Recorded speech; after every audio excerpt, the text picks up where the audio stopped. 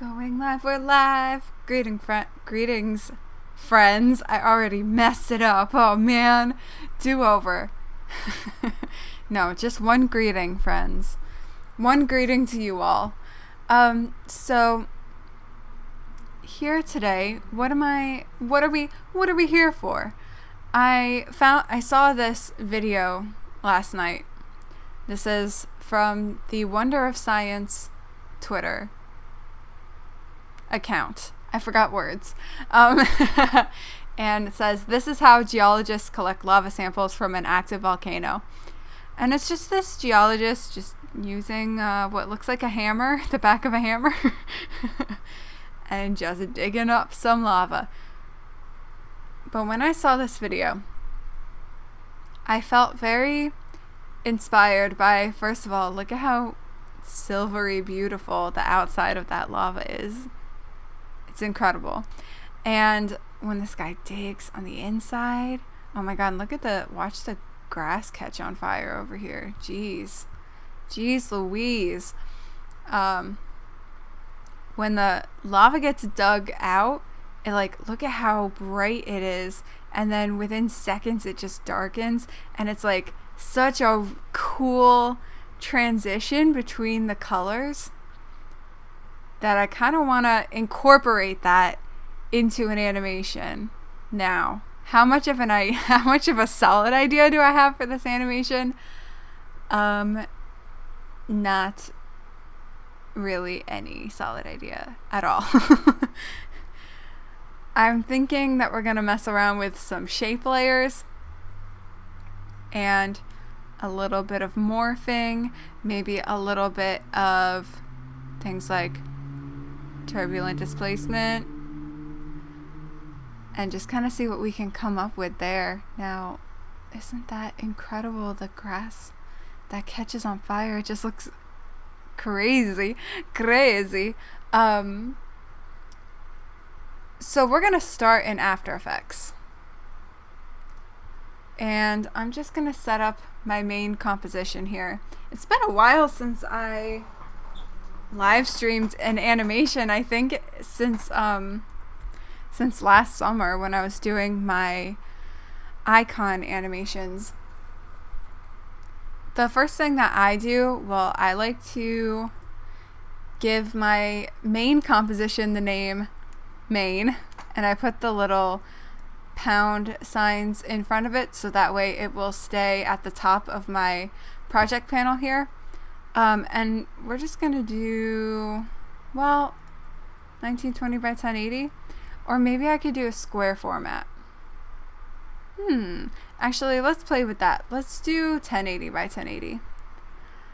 I like a nice 24 frames per second myself, so I'm gonna keep that, and let's bump the duration up to 30 seconds just to have more room to play with. Background color we can keep the same because that's not really gonna make that much of a difference. So we have our main composition here. Like I said, I think we're gonna be playing around more with shape layers. So I'm wondering, I kind of have a vision of doing like an infinite zoom sort of effect, and within kind of having these shapes growing closer to the screen, and each one will have a different scene within it. So that would entail two different things. First, we need to figure out which shapes I want to use. Now, I've seen the polygon tool up here, and I kind of like the idea of doing either pentagons or hexagons. That might be interesting. And then maybe alternating it with another shape like an ellipse, which we'll make it a circle because we're working with a square aspect ratio here for the composition. So it will be a circle, not just an ellipse. But that could be kind of interesting. So maybe we can just get started there.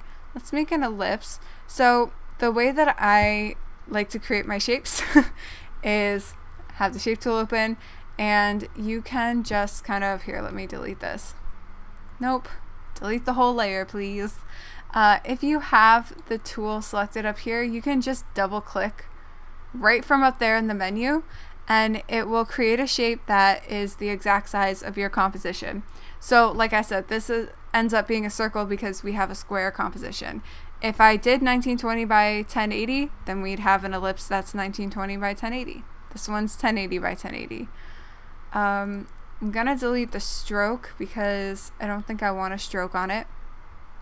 And I'll leave the fill white for now, since my plan is to basically create shapes. Now you can add individual shapes to one layer.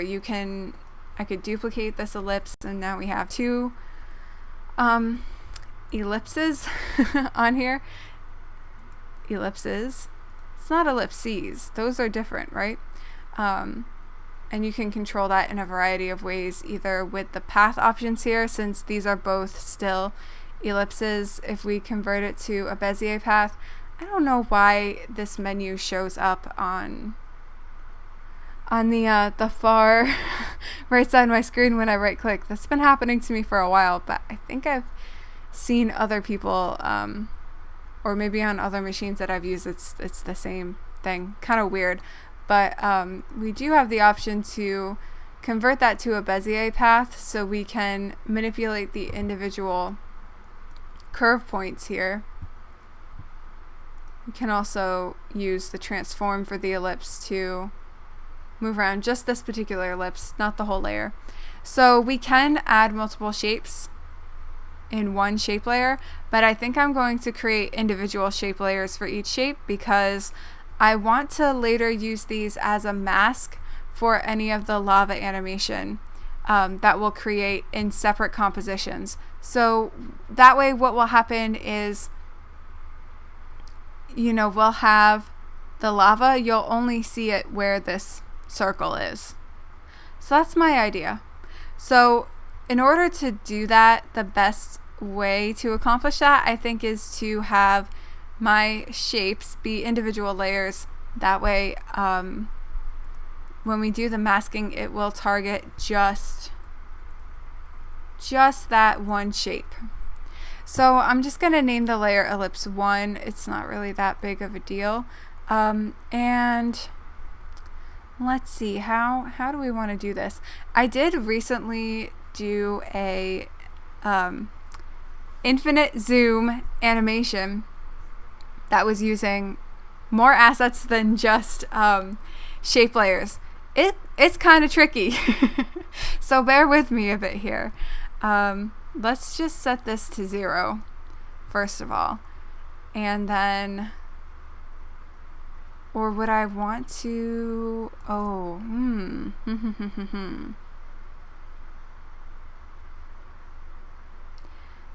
This is tough and tricky. So this, honestly, this is one of the most difficult parts about animation, is getting started, because if you're trying to do something that's a little complex, you really have to think a lot about what future you is going to be doing. So I was just about to use the size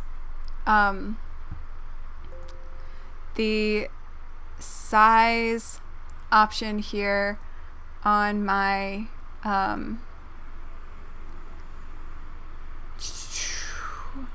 shape itself.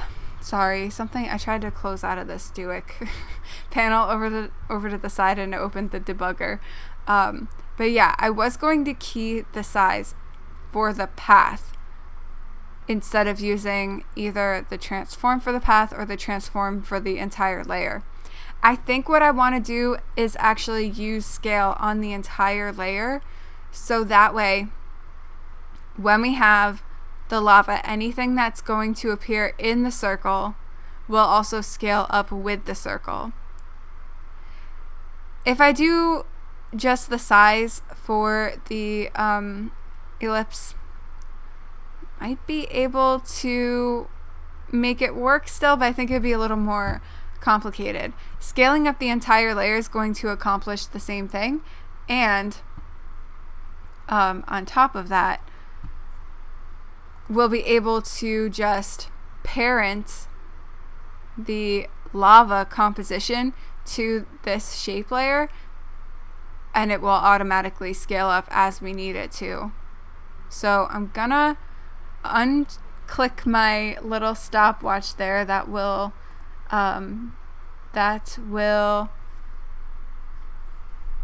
delete the keyframes. And no, I don't want transform there, I want transform here. So I'm going to hit scale on that. I do actually need to go back to the size. Let's just keep it at 1080 again.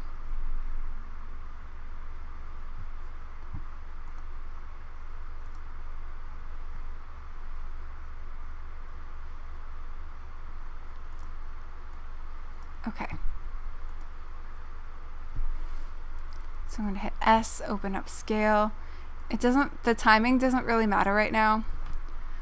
I'm going to put that down to 0. I think, well, actually, we want it to be infinite zoom, means it's also going to be a loop. So if I remember correctly, the first shape that we do, actually, I want to have it fill the frame. And then, well, I want to have it at its like 100% and then have it scale up to completely fill the frame. But I think what we just might need to do is go back. I'm trying to remember all of the steps off the top of my head, but that's okay. We work things out. So I want to make a polygon shape now. So I'm gonna make sure my ellipse isn't selected anymore. Otherwise, if I try to create the shape, it'll create it within the same layer. But I want a new layer here. Right now it's a pentagon. I'm gonna take the stroke off. I am gonna change the fill color for this one just so it's easier to see the difference between them. Yes, especially once we're clicked off the layer. And then we're going to go into Polystar path options. So because this is a Polystar, we have a bunch of different options here. Let's do 6 because I think that'll be good and interesting. Now, obviously this doesn't quite reach the edges. Is that a bad thing? Do we mind that? Can make the outer radius bigger, but it's going to scale up the whole thing, and I don't think there's a way to change that really. The other thing we can do is mess with the roundness, which might be fun to play with over time, and we could honestly kind of grow it into a circle. And then we can do weird things like this. But I'm going to leave it as this for now. I think that's okay. So we have this coming up. Scale up.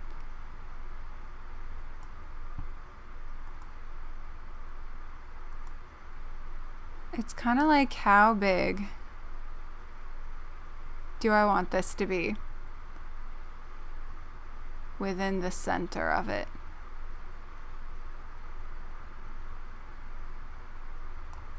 Basically, how much of the second shape should how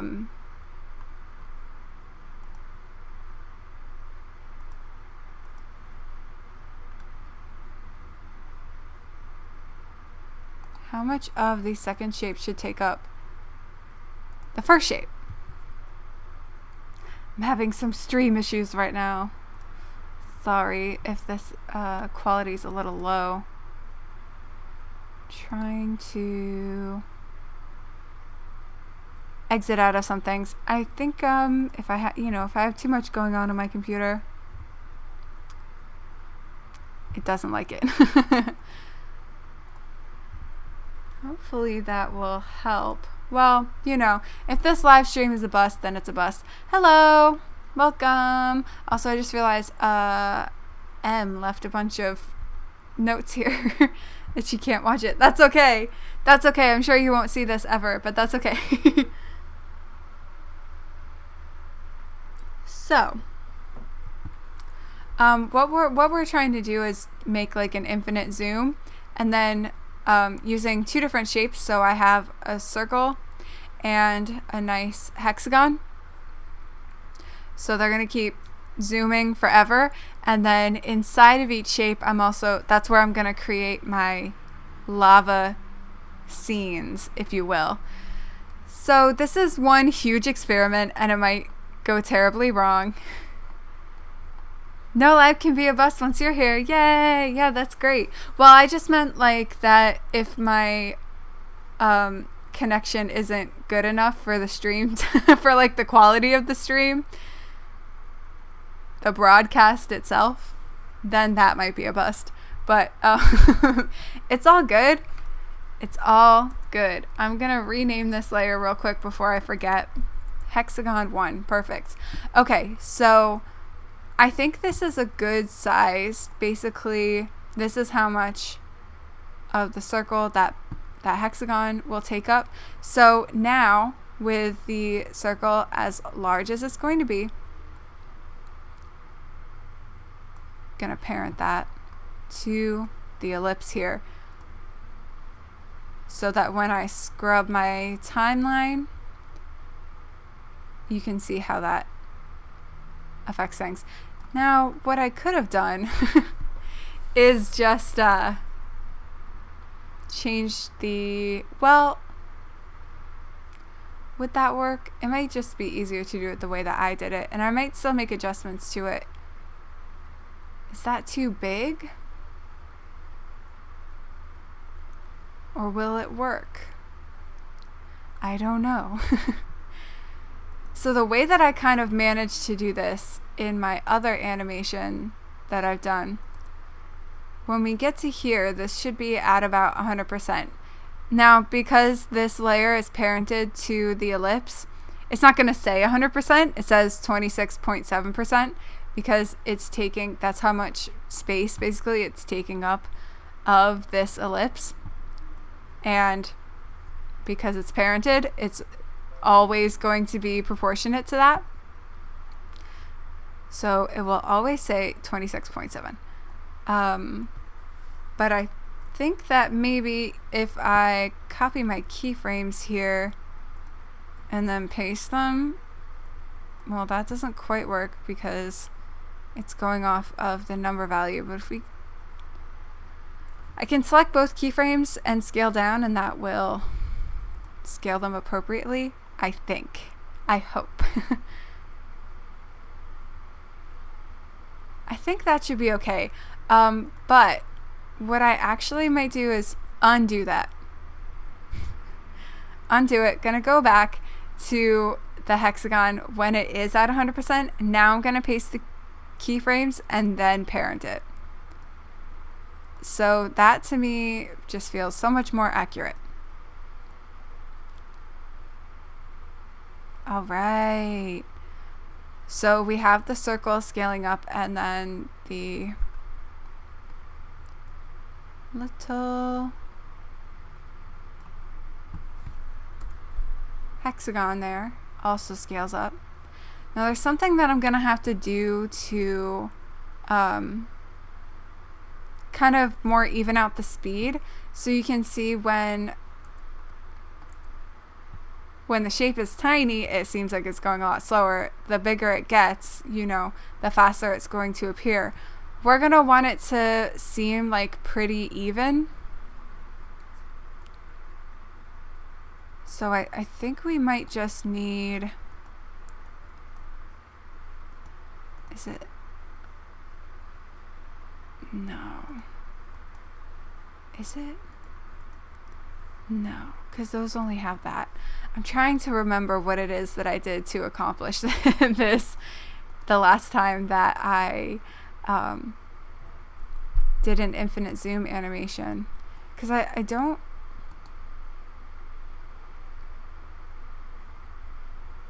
I mean, maybe it is under the keyframe velocity.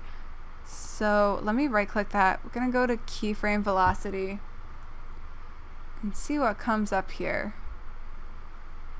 No, I don't think I used that menu. Undo.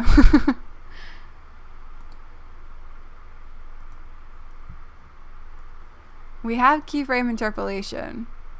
So what happens if we do auto Bezier? We don't want hold. We don't want linear. That's what it's at right now. If we do Bezier and continuous Bezier, auto Bezier, it's just gonna do kind of whatever it wants, you know? Plus I think that right now I'm probably working in, am I working in the speed graph or value graph? Speed graph. It's all so new to you. That's good, I think. What I might do is open up my other file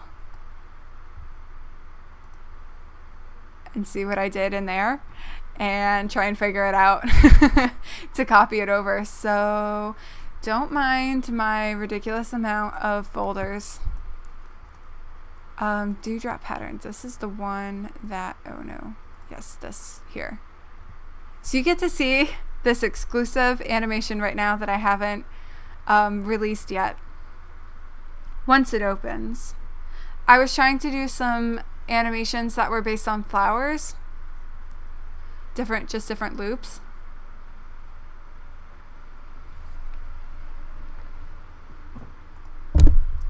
So let me play through this. It might go a little slowly at first.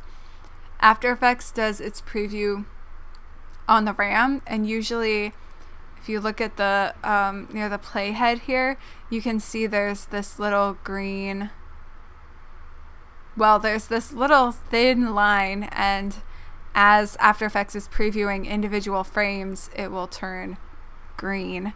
So high speed graph. Yes.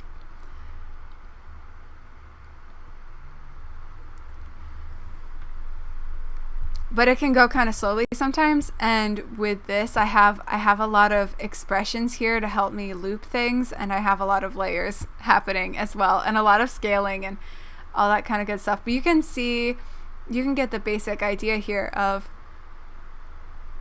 the infinite zoom. So what I need to look at that is my flower zoom composition. Now it looks like, okay, that's, oh, right, I have scale. Oh, yeah, I forgot about that. It uses a null layer and not the zoom on, not the scale on the, yeah, okay, that makes sense. That makes sense. I might just ignore that for now and keep going with what I was doing before. Although I might, since we're at the very beginning still, it might be beneficial to switch over to a null layer. Do I need to? Hold on, let me open this again. Okay, when we're in flower zoom, because I basically have a null layer for each, but they're all getting parented back to the last null layer. And then each of these flower compositions are parented also to the null layer. But there's nothing in the flower composition except for the flower itself. So I don't really need to look at that. So we just have the scale, the master scale here. And it's just going from 100% to like 1,000 or so. That's what I needed in order for the flower to fill the screen. I only need to look at the first and last keyframes because those are the only keyframes that I actually set myself. The rest of them are whatever. I can't remember off the top of my head how it was done in the tutorial that I looked at to accomplish this. But basically, it has to do with a setting that automatically sets new keyframes in between two different points. So this will happen later. I don't need to worry about that. That's a lot of keyframes. That's probably also why it's so slow to render. But basically, I can just do that. I'm not sure that it's totally necessary to use a null layer, but it probably just makes it a little easier to manipulate later on. So let's just do that. And like I said, since we're at the start still, it seems fine to me to do it this way. So plus we can, I think maybe part of it is we can avoid what I had to do here where I unparented in order to keep this scale starting at 100% and then going up to whatever it's like 375 that we have it at, and then having to reparent this and do it that way. If we just do a null layer, it should work well. So I'm gonna do that. Go layer, new, null object, and I'm going to open up the scale. I'm just gonna copy the keyframes and then paste them here. Then I can actually unparent. Why is this still at 26? Oh, okay. So when you unparent things, it's very important where you are in the timeline. Well, especially if whatever it's parented to has animation on it. So we've keyed the scale here. So if I unparent when my playhead is at this point in the animation, then it's going to stay at this size the whole time. So what I actually need to do is go to where it's at its full percentage and then hit none. It'll go back to 100%. Okay, great. And I can just delete those keyframes. I, once again, want to go back to 100% on the ellipse layer and remove the keyframes from there. Gonna ask a stupid rookie question. No, it's not a stupid question. That's actually a great question. So parenting in this context means what exactly? Basically, so parenting is a huge part of creating animation digitally, whether that's in After Effects like this or in like 3D programs. Basically, it's taking, so what I was trying to do before, well, no, I'll just use the null layer because I'm getting that set up now. So let me take this null layer and we're just gonna call it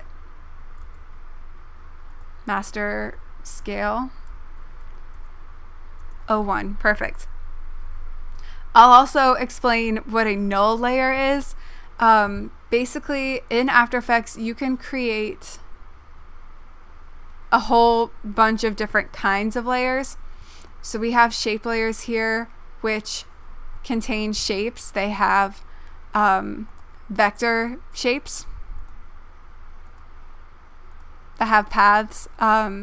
Since this one and the hexagon are like a pre-built shape, we don't have the ability to manipulate individual points here, but we have a pen tool and we can also convert these to what's called a Bezier path to be able to manipulate those points. Then there's also things called like a solid layer, which is just a layer that's a solid block of color. That's it. A null layer or a null object, basically what After Effects does is it creates a white solid that's a smaller size. So you can see this purple box right here. That's the size of my null layer, master scale. And what they do is just turn the opacity down So that way the hexagon's up there. So that way you don't see the null layer. But what you can do then is manipulate aspects of the null layer, like the scale, the position, and you can parent other layers to it, so that way they move, they animate along with those keyframes without having to add the keyframes to that specific layer. But you can parent any layers to one another. And the reason why it's called parenting is you have to think about the relationship as like parent and child. So it's kind of a weird, it's a little bit, it makes sense, and in a little bit it doesn't, what we say. So you have the parent layer, and then you have its children, and the children are following the parent. Now the thing is, you say the parent can have multiple children, but each child can only have one parent. So I can, in After Effects, the way that we parent it, there's a drop down menu here, or you can use this little swirly thing to just click and drag. But if I parent the ellipse and the hexagon to the master scale, so the master scale is the parent, and these two shape layers are its children. So I already have keyframes on here, so that's perfect. We can see this null layer is going to go from 100% scale to 375% scale.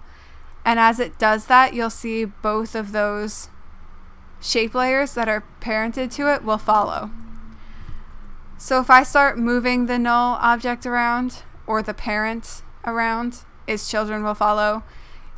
And then you still have the option to manipulate the child layers individually as well. So it's kind of like complex to explain, and because there's so much that you can do with it, but basically you're just telling one layer to follow another layer, if that makes sense. Oh, hello again.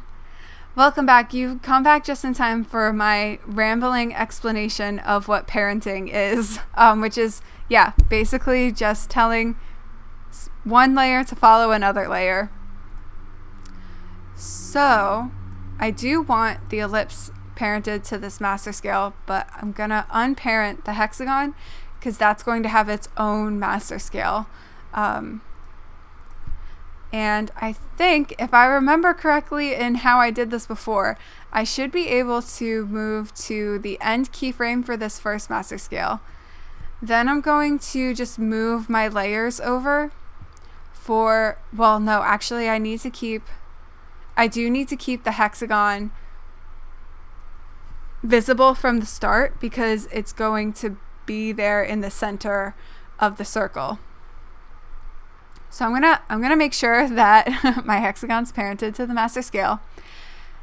And then I also need, so what happens right now is the circle will scale up and then the hexagon will scale up, but the hexagon isn't moving with the circle.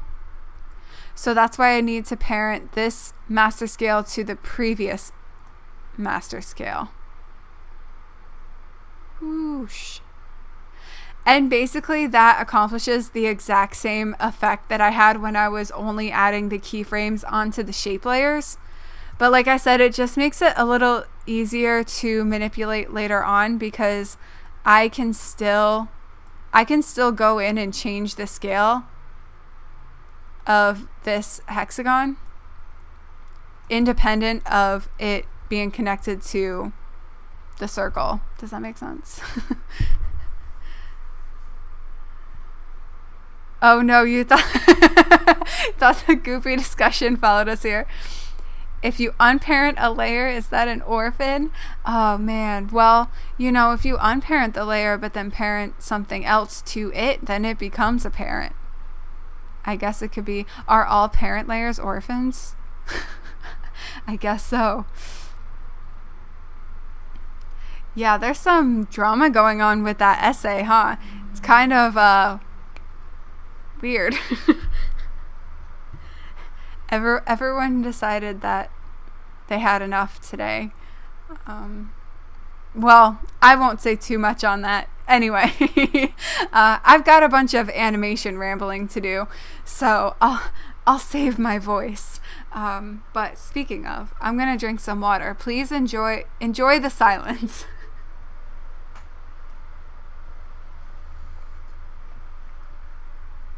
I don't know about you, but when I think about Enjoy the Silence by Depeche Mode, I think about the alternate video for Viva La Vida by Coldplay. Okay, so we have now this circle that will start here and scale up, and then... Wait, didn't I parent this? Did I hit undo? I must have hit undo, and I undid it. Okay. Preview. Now we have that, and it's perfect. It's not perfect. I think actually it takes a little too long. So let me just move some keyframes over here. I'm going to put this back at the beginning just so I can match the timing. Okay.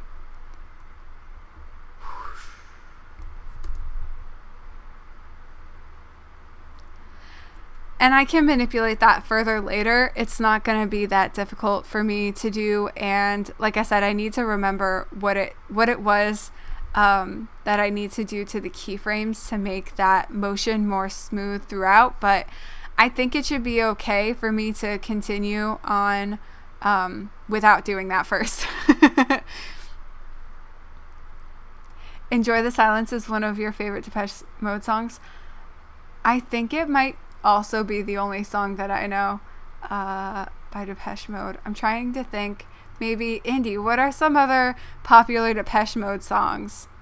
I feel like maybe I have heard some, but they're also kind of one of those bands that sounds like a lot of the other bands that were from that time, at least to me, someone who doesn't listen to them very often, you know what I mean? Or like those bands in general, I don't really listen that much to, so they all just kind of sound similar to me, and it's hard to remember who made what song. Okay, so we only have the circle and the hexagon. This is an infinite loop. It's gotta repeat, right? So I definitely need at least the ellipse to come in again. And basically, we're gonna do the same thing here. So at the hexagon start, it's at 100%, and that's where the first circle ends its keyframe for the scale. So we're going to go to the end of the hexagon's keyframe, and that's where the second ellipse will come in. So my second ellipse is already parented to the master scale, so now I just need to take the master scale and parent that to the previous master scale, which was for the hexagon. So now, once again, as I scrub through, fabulous. And I think that in theory, we probably would want to start the actual animation from here. So when it loops, you won't see, right? Because at the very start, we have this background from the composition. And honestly, right now that's alpha. It's just the background color for the composition, which is different from having like an actual solid color behind it. Let's see. People are people. Oh, Personal Jesus. That's a song I've heard. What do they say? Personal Jesus. That's all I know of that song. But that song I do know. At least that part. You think they have a very recognizable sound, though? Yes, it's not... I just get them confused, that's all. I think it's like they're just close enough that I can be like, is it that one or that one?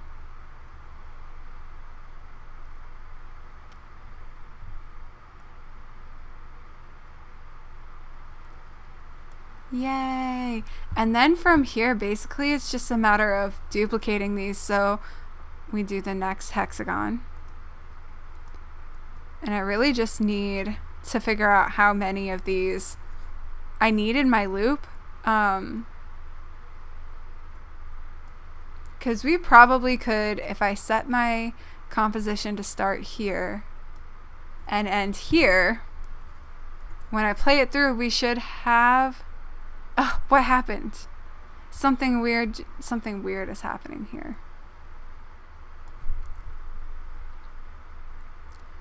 Oh, because... Okay. Undo all of it. Okay, what I actually want... These two layers, yes. But right now, because I duplicated this master scale for the hexagon and it's parented to the master scale for the first ellipse. So I need to unparent that now to kind of like reset it. And then I'll move it over and then parent it to master scale 3. That should fix the problem that we just had. Yeah. All right. We'll do one more ellipse. So let me once again take the first ellipse.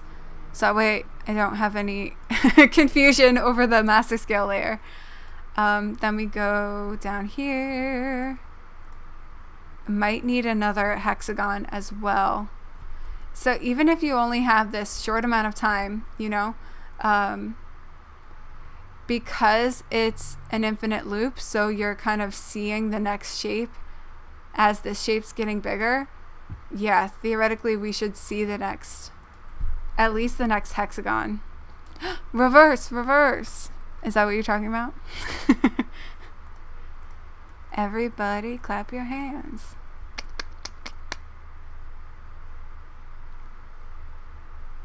It takes me back to middle school gym class. Because we would do those sometimes if there was like a dance coming up. I don't really know why. We would just have a day and that's all we did. Is they would just like play music in the gym and make us do the dances that they would have at the dance. I assume. I never went to any of the dances, but you know. Oh. Not parented yet. Parent it to that. Okay. Oh my god, it looks like a weird little eye.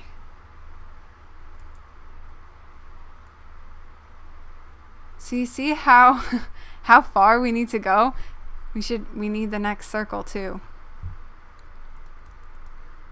Even though this loop is seriously, it's like 2.5 seconds. That's it. But we have to have so many of these layers set up in order for it to like work right.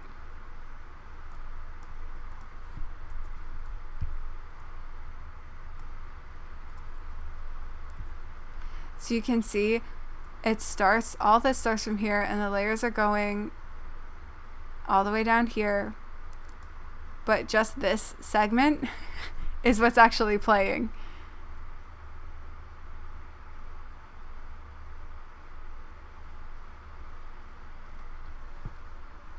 So I think this looks pretty good.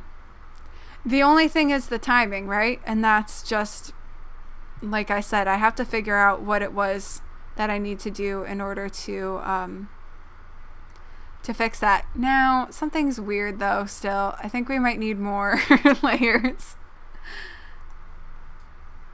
Do we? Or is it just that there's two? Yeah.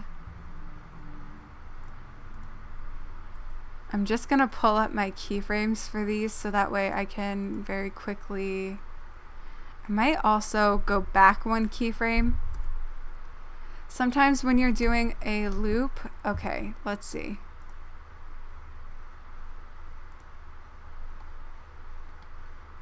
That's what that looks like. And this here is pretty much the same.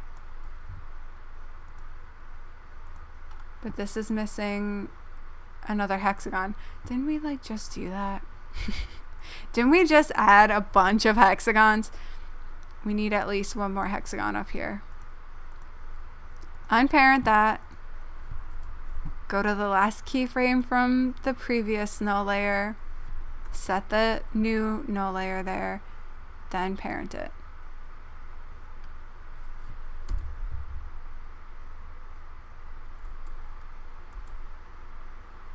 The trick is, what I like to do when I'm rewatching these is put my hand up to my face so that I can't see my timeline down here. And if I'm able to watch the loop without being able to know exactly when it loops, then it's good. And this is looking pretty good to me. Actually, I don't even mind the speed of it that much. I might add some easing in and easing out to make it a little smoother. So I think what I'll do is take every first keyframe here. Let's just try this. And I'm gonna ease out. So there's a keyboard shortcut. You can just also go keyframe assistant, easy ease out. Now what that means is, remember that we're working with keyframes. And if you think about how animation actually works, right? And how any sort of video works, you're seeing a set number of frames each second that's making up the video. We're at 24 frames per second right now. And so where the kind of objects of your frame are at any particular moment compared to the next frame, the difference between those is what determines the speed itself.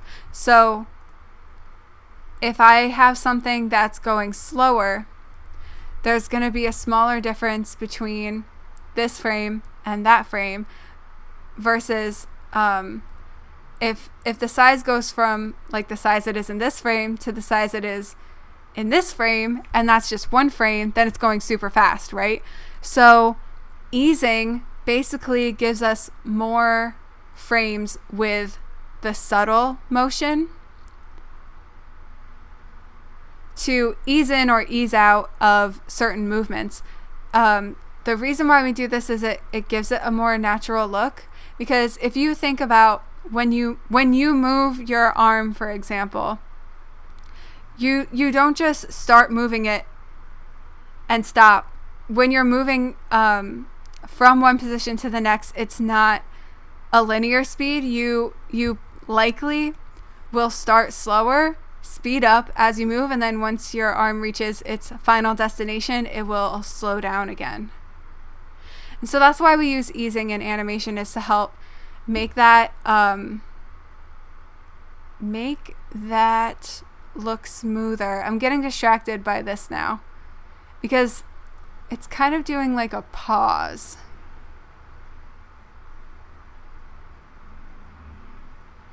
Which I don't know if I like. Sometimes you don't always want eases. Sometimes it's better to not have them. Maybe it might actually be better to have the ease on the final keyframe, and for that we'll choose easing in. So easing out is when you're going from one movement to the next and you want it to start slow and then pick up speed, and easing in is when you want it to start fast and slow down as it comes to that next keyframe.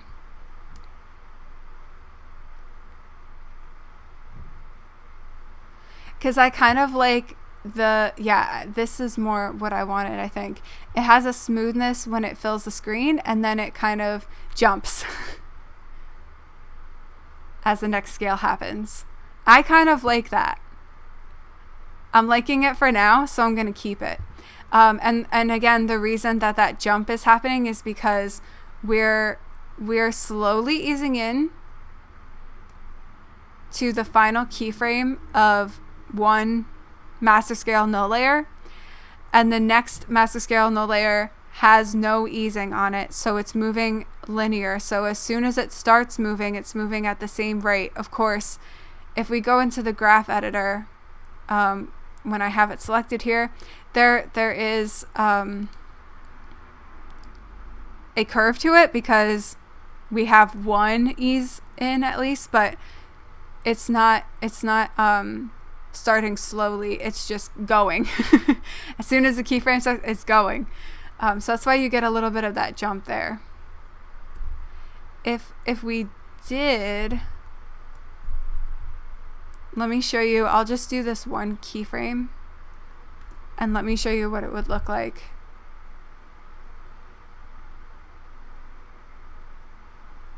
Well, actually, let me do the other keyframe too. I didn't really need to manipulate it for all of these because we're only seeing these keyframes, but it's okay.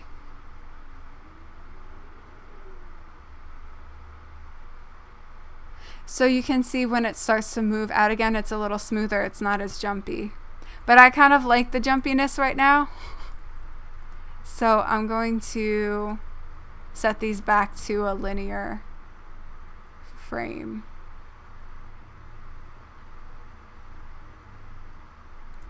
It's fun. It like shakes it up. It like shakes you out of it.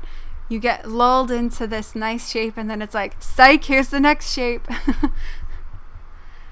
All right, now I'm feeling that we're at a good spot, so I'm going to do, one of the nice things about After Effects is that they have this feature called increment and save. So right now my save file is called lava_01, and if I do, I'm just going to do the keyboard shortcut, but if I do my increment and save, it will save it as lava_02, and it saves it right to the same folder as the first one. So it's so much easier than doing like save as, having to open it up, having to type out and stuff like that. It just automatically renumbers to the next thing. So I love that about After Effects. I don't know why it seems to be the only Adobe program that has that feature specifically. I don't know why. I kind of wish it was in everything. But the other ones will have like save as copy or stuff like that, but it's not as useful as increment and save.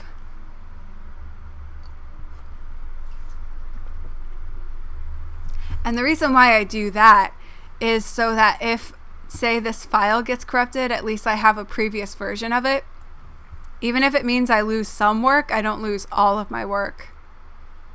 And that's very important in animation because, look, how long have I been streaming for? Almost an hour. And this is what we've gotten done.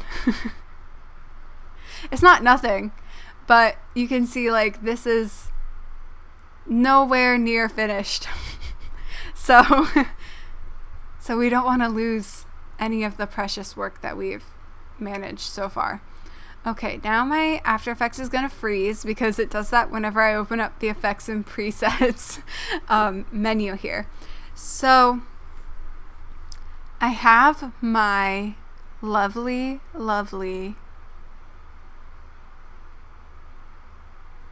things, shapes.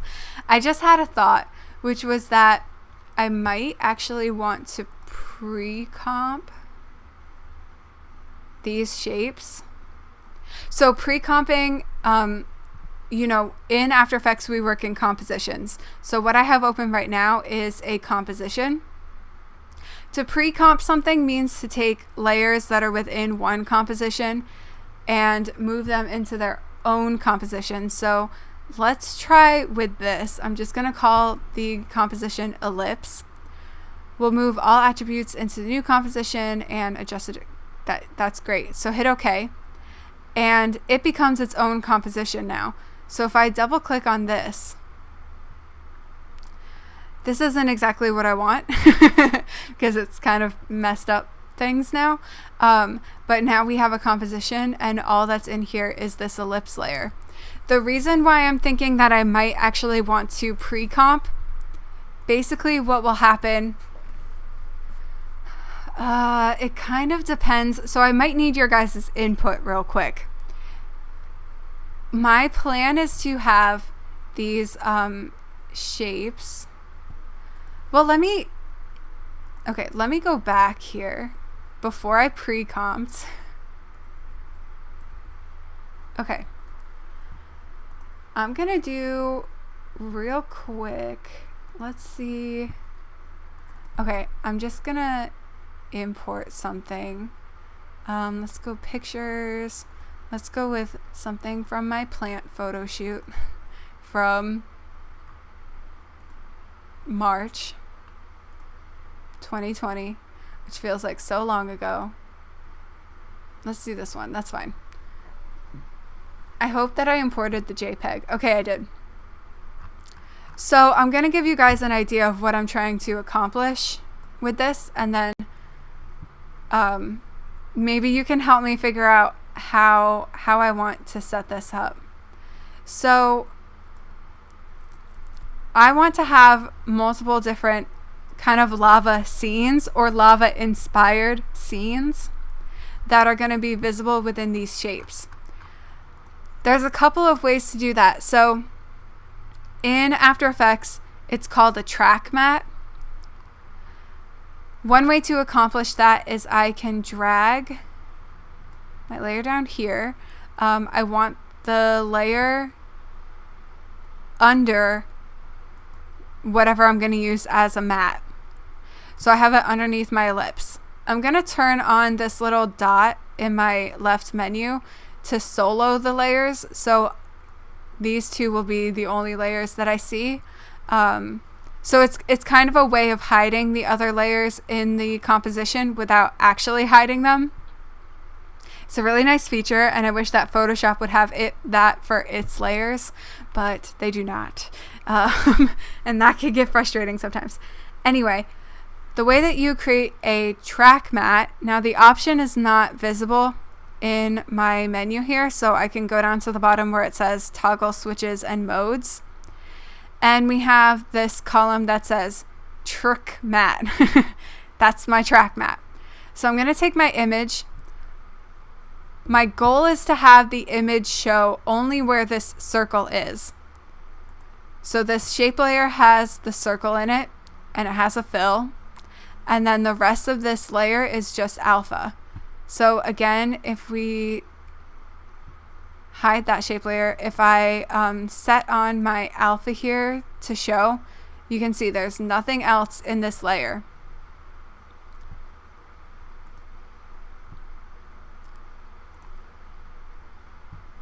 So that's why you can see the image beneath the ellipse. Okay, so what a track matte does, we can base it off of the alpha, which, like I said, is the parts of the image where there's no pixel information. Or you can do Luma, which is like kind of the value-based thing. I usually just do alpha matte because it's easiest. You can do alpha matte or alpha inverted. So alpha matte will show the image only where there are pixels on the layer that you're using as a matte. Alpha inverted will show the pixels, will show the image where the alpha is on that layer. So if I do alpha inverted, we're going to see just the edges, and it basically cuts the circle out. If we do alpha matte, which is what I want, you're going to see the image within this circle. Now if I unsolo my layers, so bring everything back, and actually what I'm gonna do to kind of mimic what I'm looking for is take my image layer and just parent it to that null layer so it will scale along with the circle.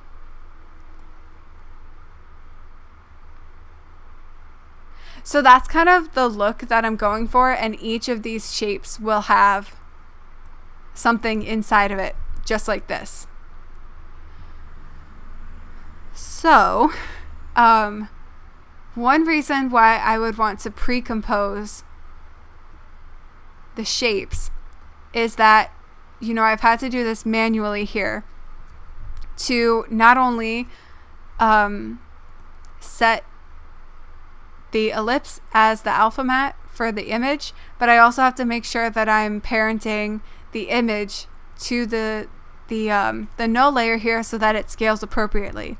If I pre-compose these, and yeah, it should be okay to do it from here.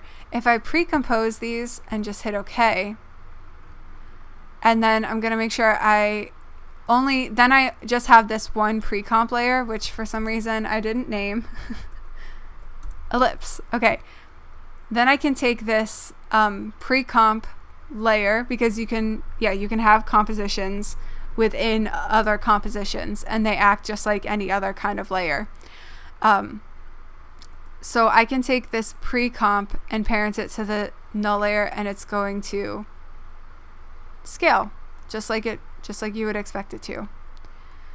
Then when I double click and go into the pre-comp here, I have both of these layers. So I could very easily change this. I can delete that, maybe bring in a different image to use as track mat. I don't know. It just makes it easier. And then the thing is, once this loads, hopefully I didn't just totally pick the wrong file type, because I didn't look. I have JPEGs and camera raw files in that folder. And I don't know if After Effects can import camera raw, and it seems to be struggling.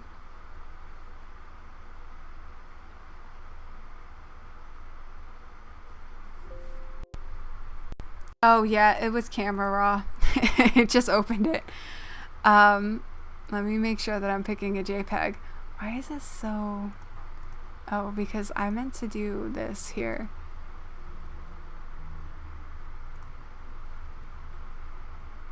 I might have just done the exact same thing. I did do the exact same thing. Okay. My point though? No, not CR2. I don't want that. I want... Oh, are all of these camera raw up here? Probably.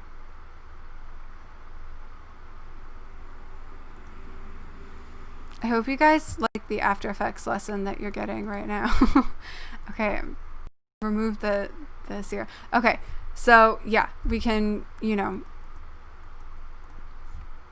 one. Yay! There is also a track mat effect, or I think it's called set mat, so that I don't need to set the track mat from down here. I can just decide which layer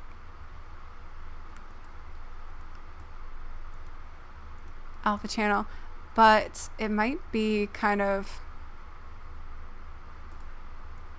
No, don't stretch mat to fit. Oh boy. Okay, there it goes. So that way, because when you're using the layer as a track mat, it'll hide the layer, and you kind of have to have them next to each other. Whereas if you use the set mat option, oh, and one layer can only be used as a track mat for one other layer. So if I had a bunch of things that I wanted to use this mat for, then I can use the set mat effect. Just makes it easier. It doesn't really matter for this instance. I can just use alpha mat. That's fine. But my point is that I can make that change, and if the layers are pre-comped, then in my main composition, what I would want to do is replace every ellipse here, and I'm just going to hide those layers for now, so I don't delete them yet. But basically,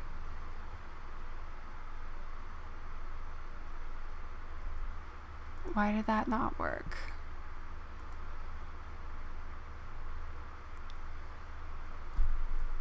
Oh, I know why it didn't work. Because it was scaled up. So none, and then come over here and parent it to the master scale.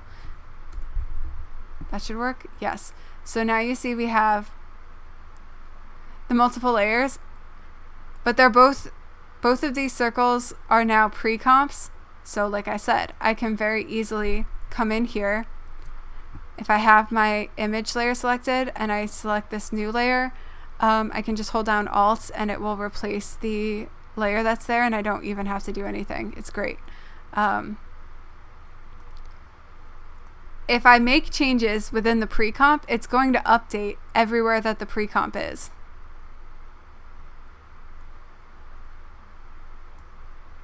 So it might just be easier to do that. And have all these be pre-comps that are scaling up instead of the shape layer. So I think I might do that. Now, the question, sorry guys, it's taking me so long to explain. The question is, but I hope this shows you why it can be difficult to get started on animating something, because it's like, I know what I want, so for the most part, but there's no one way to accomplish it. There's like a bunch of different ways, and you kind of have to anticipate what you're gonna want to do later on, so you can set it up to work right for that as well, even if you don't know yet that you want to do it. It's kind of like trying to optimize the way that you set up, so that if you need to make changes later, it'll be as easy as possible to make those changes. Basically, what I need to consider before I go about replacing all of these shapes with pre-comps is how many different versions of the lava do I want to show. I only have 2 different shapes moving in this loop. So now you can see more clearly where the loop resets. If we were to do, say, 4 different lava scenes, so each circle would have 2, each hexagon would have 2, then I basically need to double the what's it called, work area here. We need to double that and add a lot more of these layers in, so we keep having the smaller scaled shapes visible. So either I can do 2 lava scenes or 4 and just have to kind of fix things up. So what do you guys think? 2 lava scenes or more than that? It wouldn't be that big of a deal to change these over to pre-comps and then decide later that I want to have 4 different scenes instead of 2. But I would just prefer to know, you know? Sometimes it's just nice to know beforehand, oh, we're going to do 2 of these. So now I set this up and then it's set and we don't have to worry about it anymore.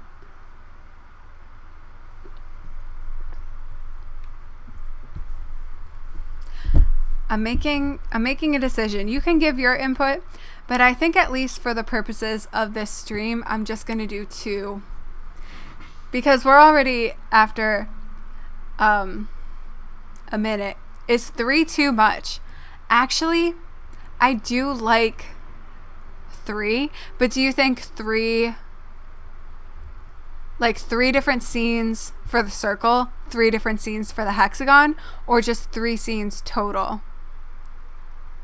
Because we can do 3, it's just that they'll have to both work for the hexagon and the ellipse, since we only have 2 shapes, unless I make a 3rd shape.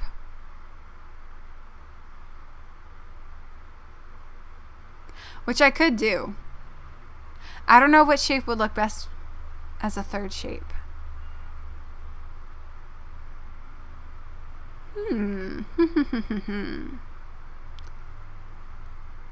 This is why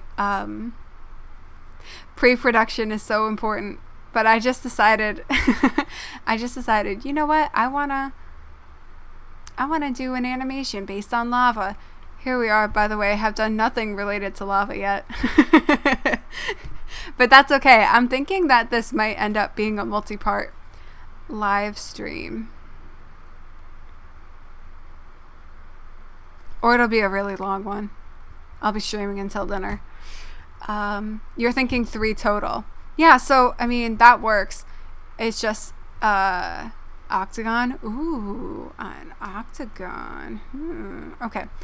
What I can do is, I don't know if you guys were here for it at the beginning of the stream, but, okay, so we start with the circle is huge, and the hexagon is in the middle. So, in theory, this ellipse right here, we actually want to be an octagon. What I'm going to do is go to where it's at 100%. I don't really need to. I think it would be fine even if I was back here anyway. So we have an ellipse in this shape right now, but we can add more shapes to this. So I actually already have the polystar up here, polygon tool. And then I can just double click and it should create a new shape that is, again, the exact size of the layer, which would be the size. Is that right? Oh, yes. It just kind of like looks weird because it's the polystar.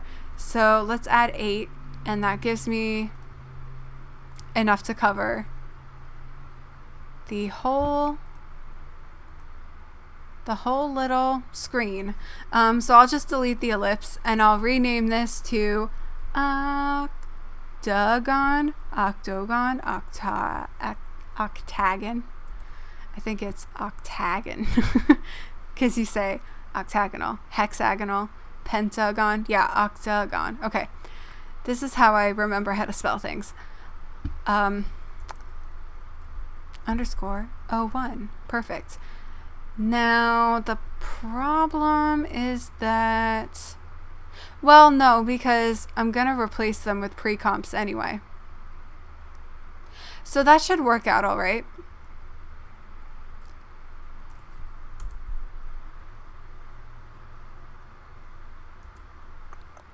Okay. Time to replace these with pre-comps so I don't keep getting confused. Hexagon, pre-compose. We're just going to call it hexagon. Octagon, pre-compose. We're going to call it octagon.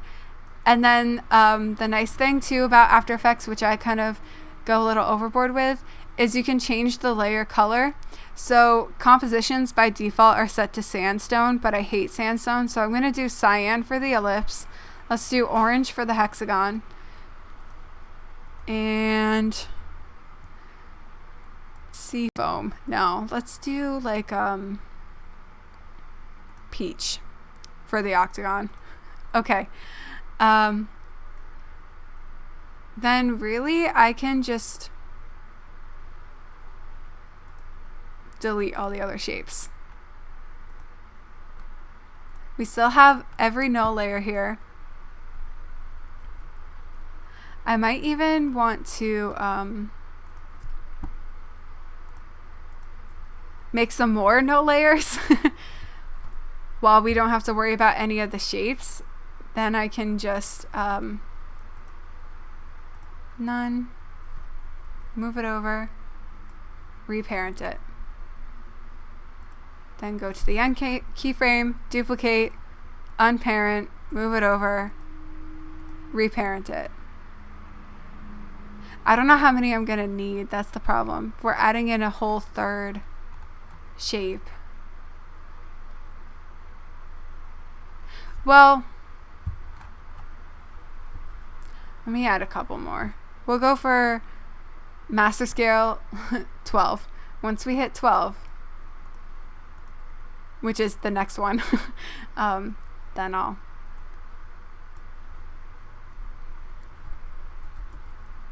I'll start duplicating the pre-comps.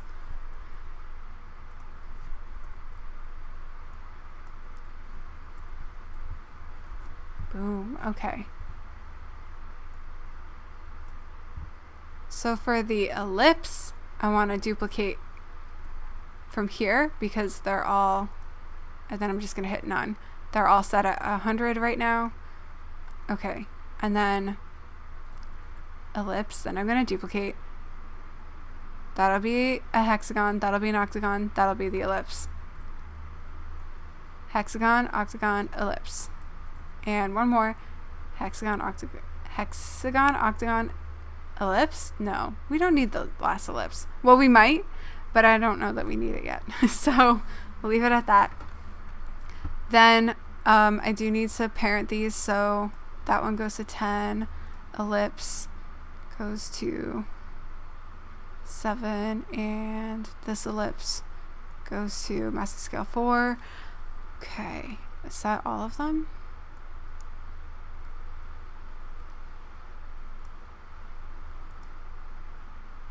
No, I messed it up. I parented them, but they're all here. They're all at 100% at the beginning, but they should be really, really small. So undo, undo, undo.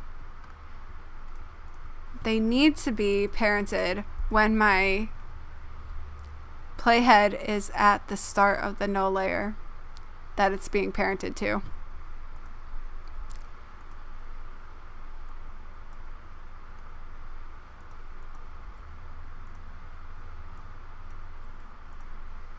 That should fix it. So now we should have the circles that grow, that keep growing. Great.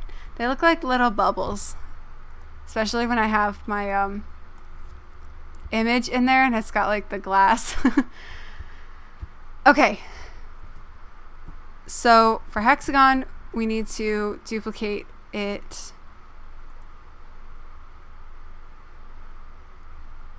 at this keyframe. Right? Oh no. Oh god, I messed up again.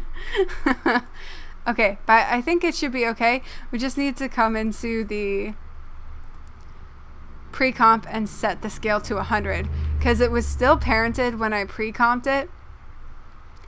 So it just kind of stayed at the size that it was before, and same for the octagon. But if I just go in and reset the scale to 100, it should be fine.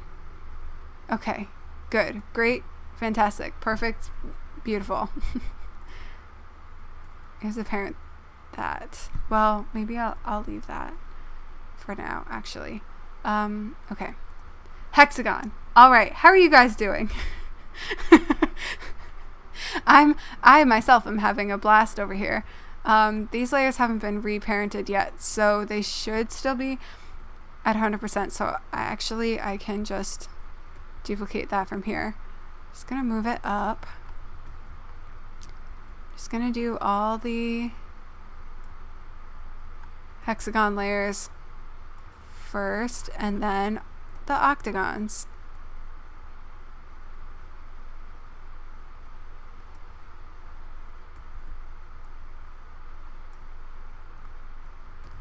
One more.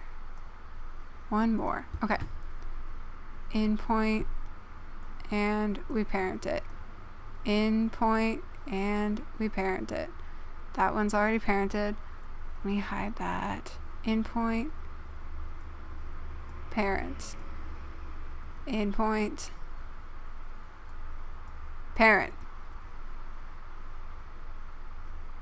This one's already parented. Endpoint, parent. Let me just hide my keyframes because they're kind of bothering me. Endpoint, parent. Endpoint, parent. Endpoint. No! This endpoint. Parent. And the master scale doesn't get parented to anything. Okay. Not bad. That's good to hear. I mean, I'm assuming that also means not good, but not bad, but not good. Who knows? Okay. So, but we have that problem, you know, where we're dealing with 3 things now, so we got to figure out where the next ellipse is at full screen mode. Gonna go 1 keyframe back because this keyframe here should be exactly the same as the starting keyframe. If we set it to incorporate that, then that keyframe's gonna repeat and it might look off.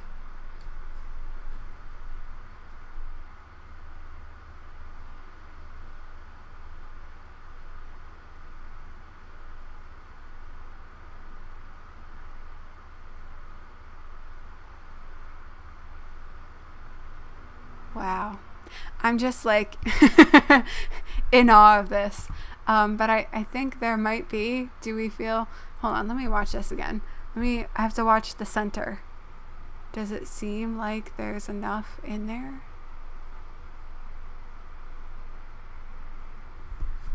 I think so. I'm gonna go into the ellipse and delete that, and I'm gonna change the color to yellow. Why not? So that way we can tell more easily. Is there something missing here?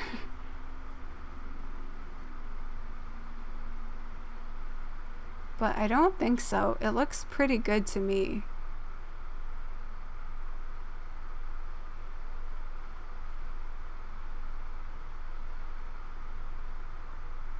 I kind of want to give these more lava colors just to get into the mood of it, you know?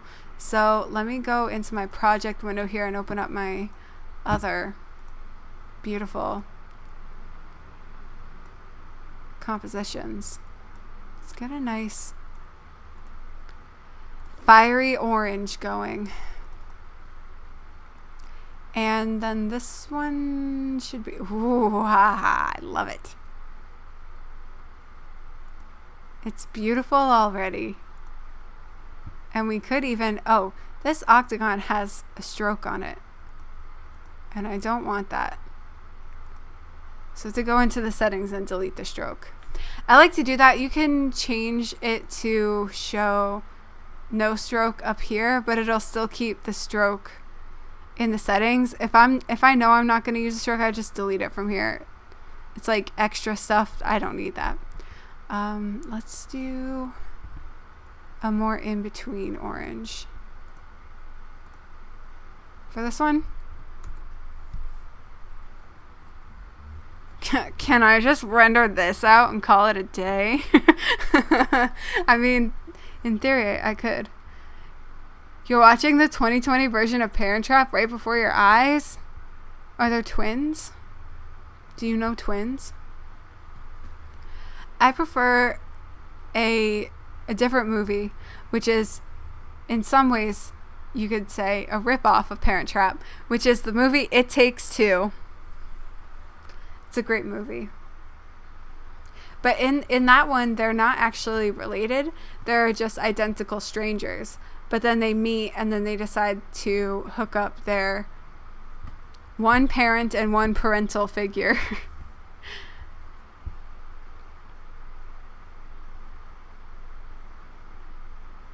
I think I might end up, I have a feeling that the lava stuff that I do is not going to be, it's not going to take up the full composition.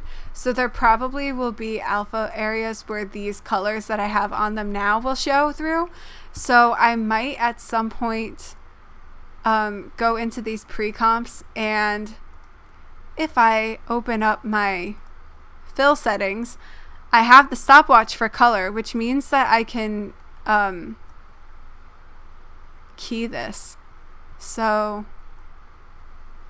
the only trouble is that that won't really work well for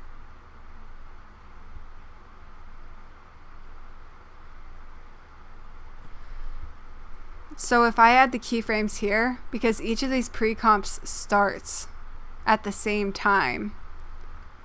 So if I just add the one set of keyframes, it'll change the color, but it'll only do it once. It won't show up every time that the circle is there.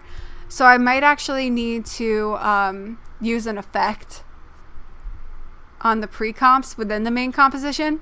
That's what I did. If we can just jump back momentarily to the flower loop that I showed you earlier. If we go into flower zoom, right, this is our setup where we have the pre-comps, which are scaling up, and then the null layers that control that scale. I actually have a hue saturation effect on these, so that as they get bigger, you can see it kind of turns more, that's a little more vibrant, but it changes to like this like bluish kind of thing in the background. So that's just an effect that I have on this whole layer. So I might need to do something like that, so that way I can control them individually and have it repeating, have it happen for each new shape.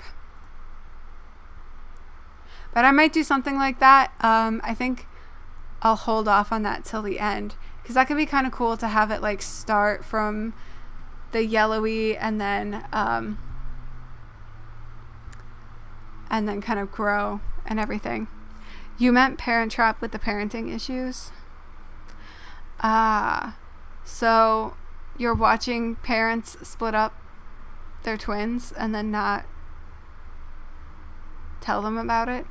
I don't really remember what happens in Parent Trap, to be perfectly honest.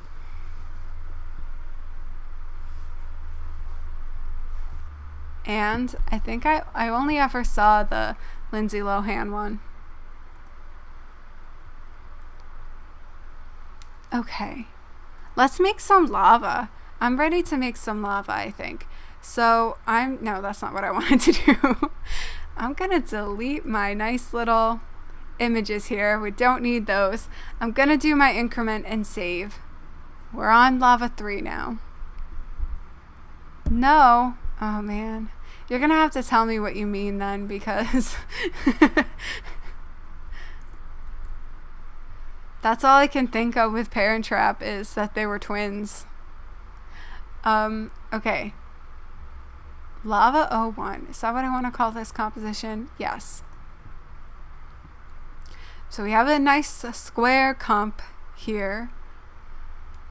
I know what I want to do.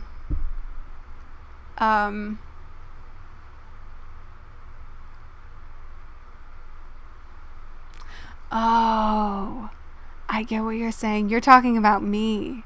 I thought you were talking about your personal life.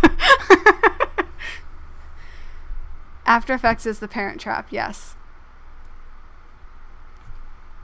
I understand what you mean now.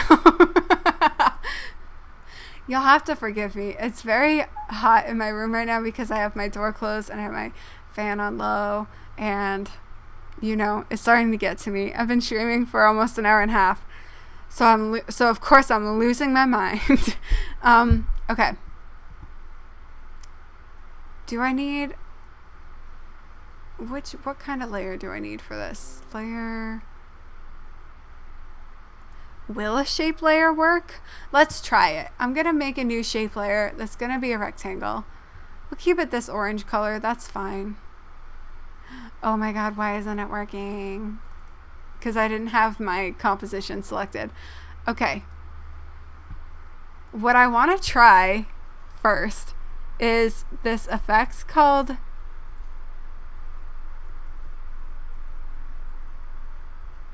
No. I'm trying to type with one here. Oh, Mr. Mercury. CC Mr. Mercury. What this does is it creates drops of liquid. I use this in my capstone film when I have a character that does a spit take. So I use this to kind of help. Basically, this is it. So this is what it looks like by default. But we can control different things like the gravity. So if I wanted it to go up, I can just set the gravity to -1. Or I can do 0 and have it kind of come out instead. So the color of this, because basically what this effect does is it just goes off of whatever's underneath. So maybe I shouldn't have deleted my my pictures yet, because I can show you what happens if I take an image .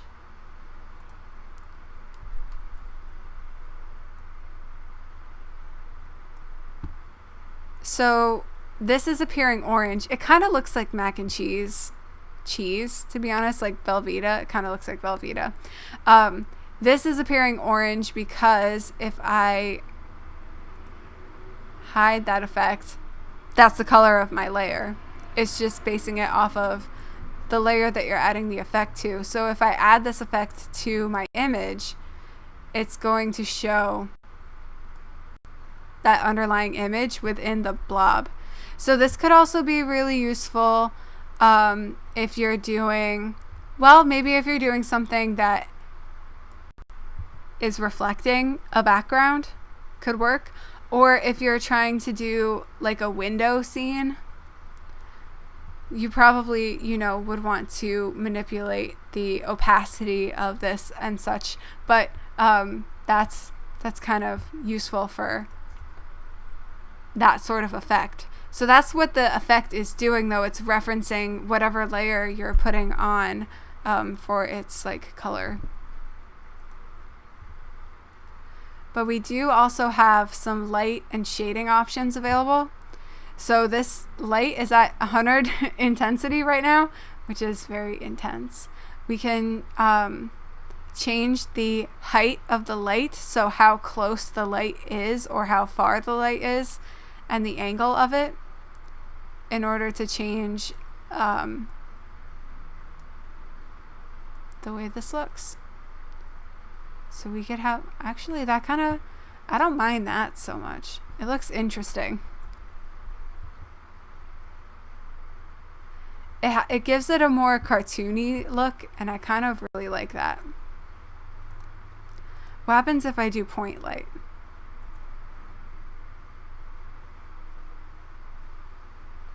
I like the distant light. It kind of flattens it, which is partly probably like what you don't want, but makes for a very cool video transition. Oh yeah, you definitely could. And do they have? So there's also a birth rate option here. I would think that basically this effect is essentially a particle effect. You're kind of creating particles. That's what all these blobs are.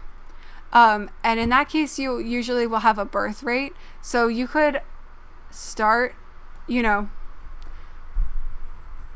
this starts from nothing.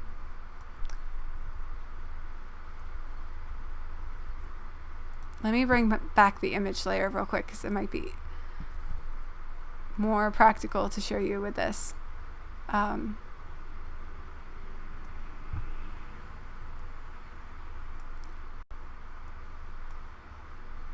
You would kind of start with nothing, and then it grows, but you can see it never like fully covers the screen.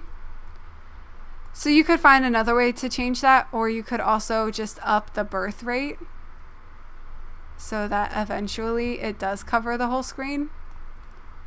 And then at this point, I would cut the layer so that way, and then just delete the effect off the other layer, so that way you're not using up your processing power in order to just let that layer exist.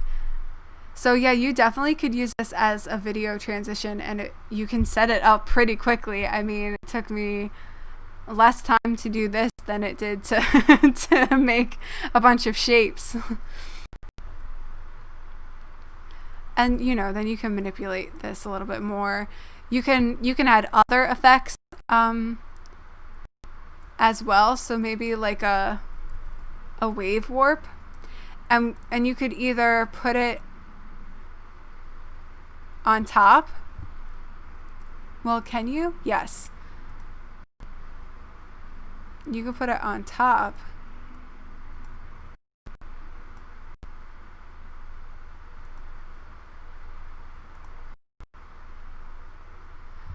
And have it affect the mercury, or you could have it, well, technically you're putting it below the mercury.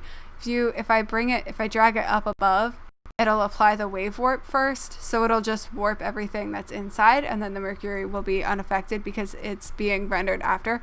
So you definitely could like mess with all sorts of things with that. You feel like T. Nick used this transition somehow? You know what? Yeah. I don't know that they would have done it with CC Mr. Mercury, but definitely It's definitely, especially with this orange here, it's definitely Nickelodeon reminiscent. Maybe that's why I like it. Okay, so I'm wondering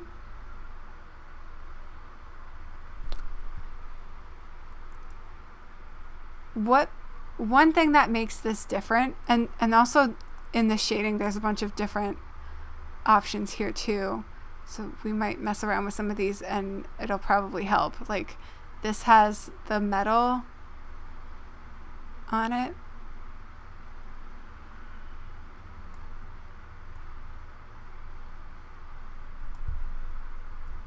Roughness, I think I'm just gonna leave those the way they were. Specular is the lighting. Yeah, I think I'm just gonna leave those so we tone down the ambient shading a little bit. What was I thinking? Oh, so the difference between using something like this and using particle effects is that, right, because it's basing its presentation off of the layer that you chose. I don't know what's going on down there. That's kind of weird. I think it's fine though. I think it's just like alpha. So it's not that big of a deal. With particles, you can often change the color that the particle is at birth and at death. So when the particle first shows up and to the time that it fades away. So you can have particles that start off like blue and end up green. This isn't going to change. We can change it through, like I was showing you before, with changing the fill color here.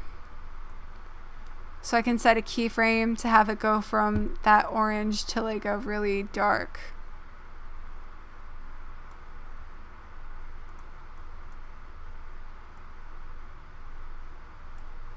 red, but of course that impacts the entire layer.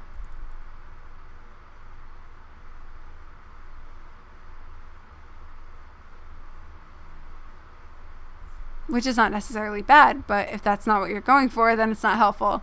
The other thing that we could potentially do, I'm just going to open this and copy the hex code for the color real quick, is instead of having a solid fill, we could do a gradient. I like using the radial gradient.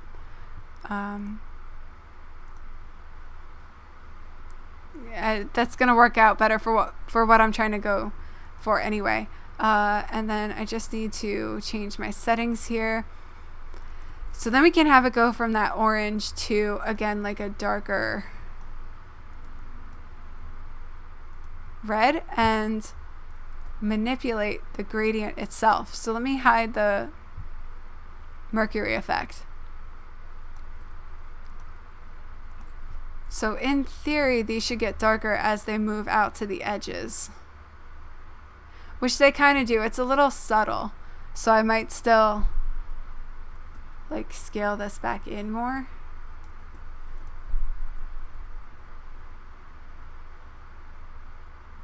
I kind of like it. It's not exactly what I was going for, and obviously you don't really have that much control over it, but I kind of like it. I want to add one more dark version of this color.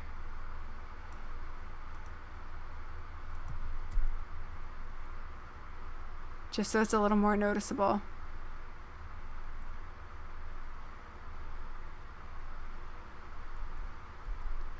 All right, I'm liking it so far. The thing is that it still feels pretty out of the box to me. There's also different animation types we can choose. Let me just drink some water.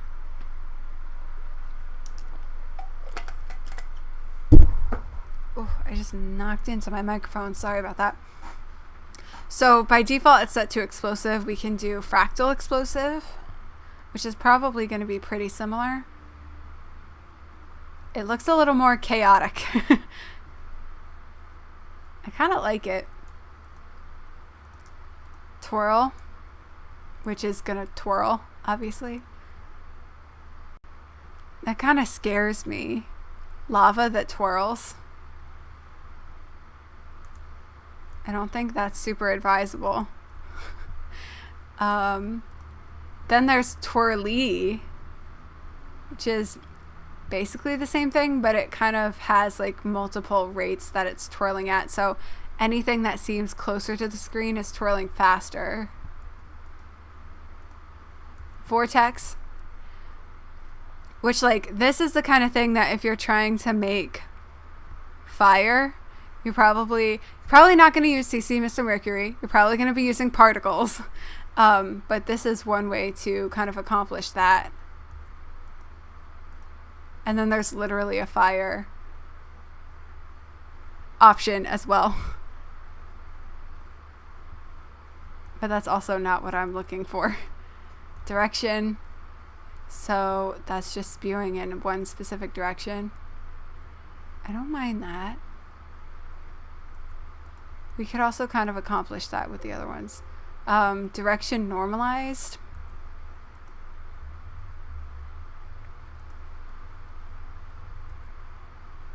Bidirectional. So it's kind of going like just up and down, I guess, right now. And then bidirectional normalized.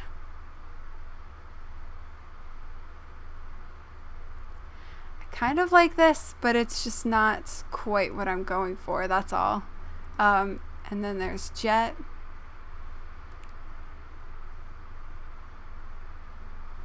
Jet might be interesting. I might also have two different shape layers going, so I might put maybe which one looked good? which one of these looked good? Wait, let's just preview jet sideways real quick. My computer might be angry at me for previewing all of these so quickly. Oh boy, okay.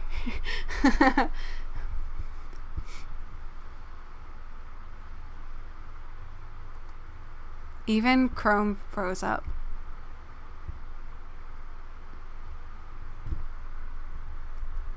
Okay. We don't need to preview this. It's okay. Thank you, After Effects.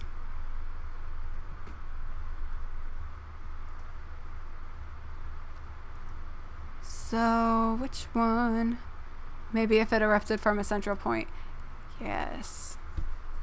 Well, I'm trying to think because one of these, at least, I kind of wanted to do like lava coming down. And that might be really cool in the hexagon. To have it like kind of dripping from the top. The circle might be good to have coming out.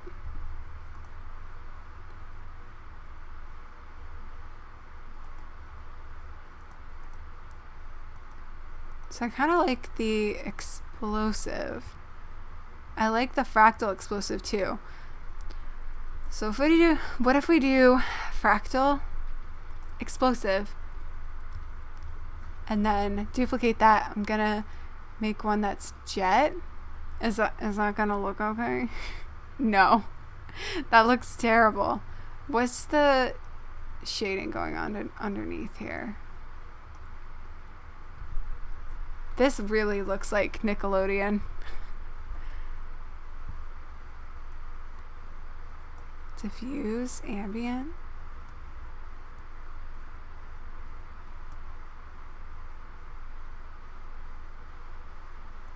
It's not really what I want from that. What happens if I duplicate it on the same? Oh yeah, that won't really work. I mean, it looks kind of cool. Don't get me wrong. It looks interesting. And I bet especially if we do this as fire.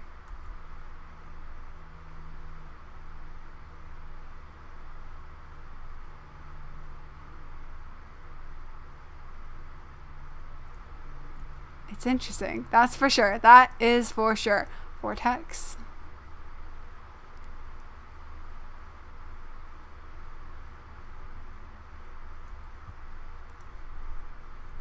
but I don't want that. So it's not what I'm going for. Or is it? What would it look like if we duplicate this? Is there a random seed anywhere? That's the question. Blob influence. What if we lessen the influence of blobs? What happens then? No. We can increase the blob size. This just keeps getting like more and more stylized. Sometimes these effects will have a random seed, and so you can kind of then randomize what it looks like, but it doesn't seem to be an option for this. Okay. Well, you know what? Let's just go with that. And which one did I want to put this in? Circle, ellipse. So what we can do, my color here, I don't need that. Just gonna drop my lava in, and then alpha map.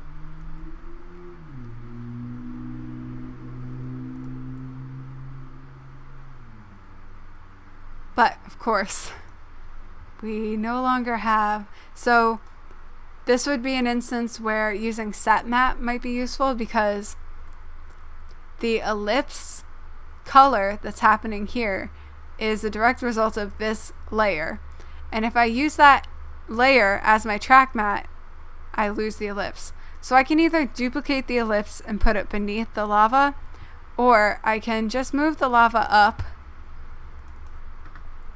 get my set matte,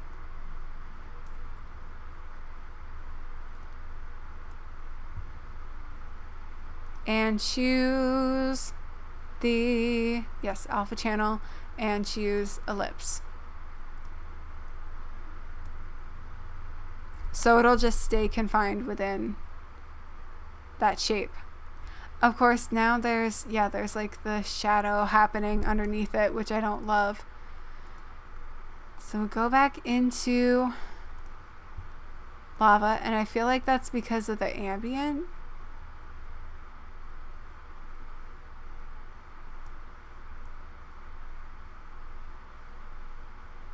What happens if I do diffuse?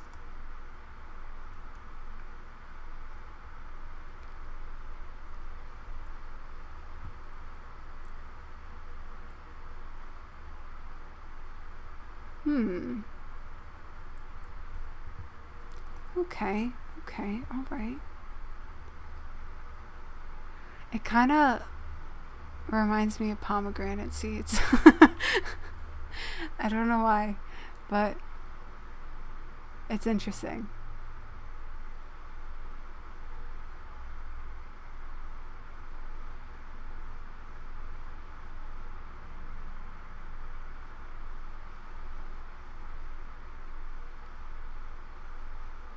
I'm getting hypnotized by watching this.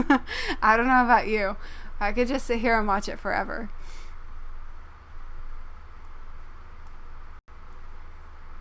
I like it so far though. So I think it might be time to make the next one. And like I said, let's do, no, why do I keep hitting that? We do lava 2. Lava _2. And we'll do one for the hexagon.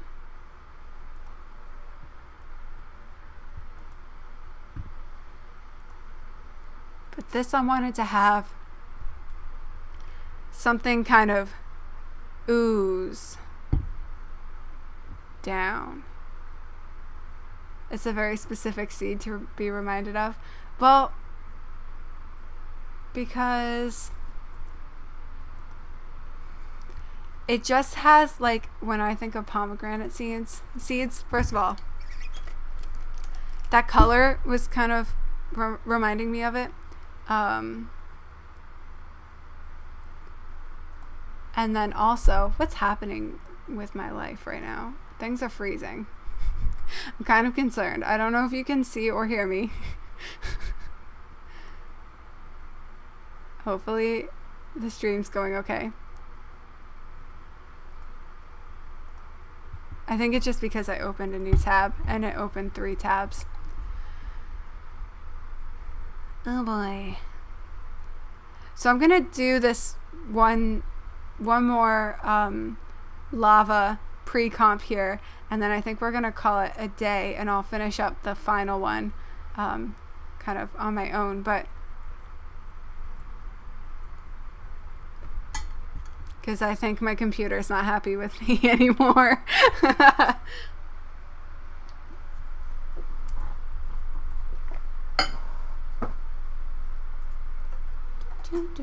I think my voice is also starting to be not happy with me anymore.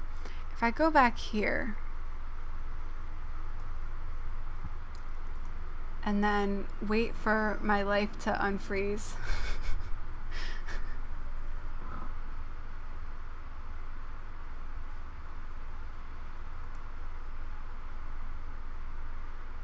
So yeah, I'm thinking of having this next lava drip from the top.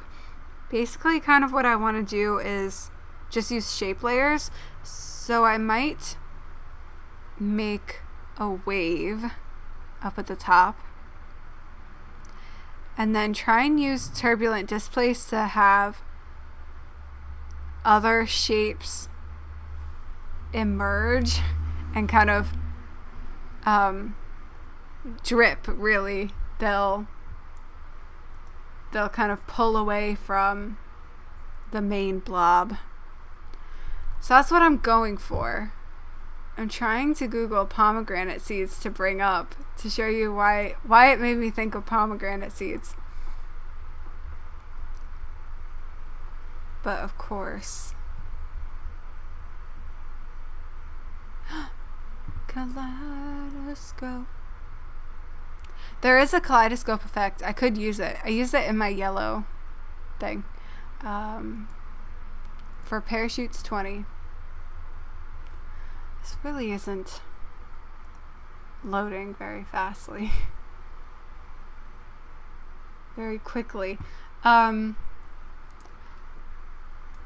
reason why it reminded me of pomegranate seeds is that they get like the kind of, the kind of red on the outside and then later on the inside, and they're a little shiny, and I feel like that's what those seem like to me. I mean, they're not so red, they're not exactly the right color.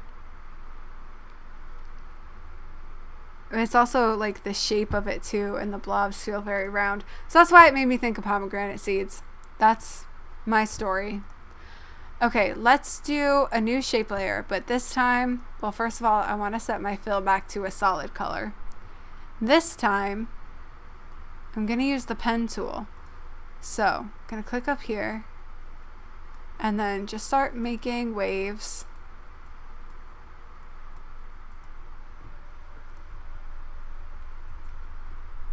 Boom.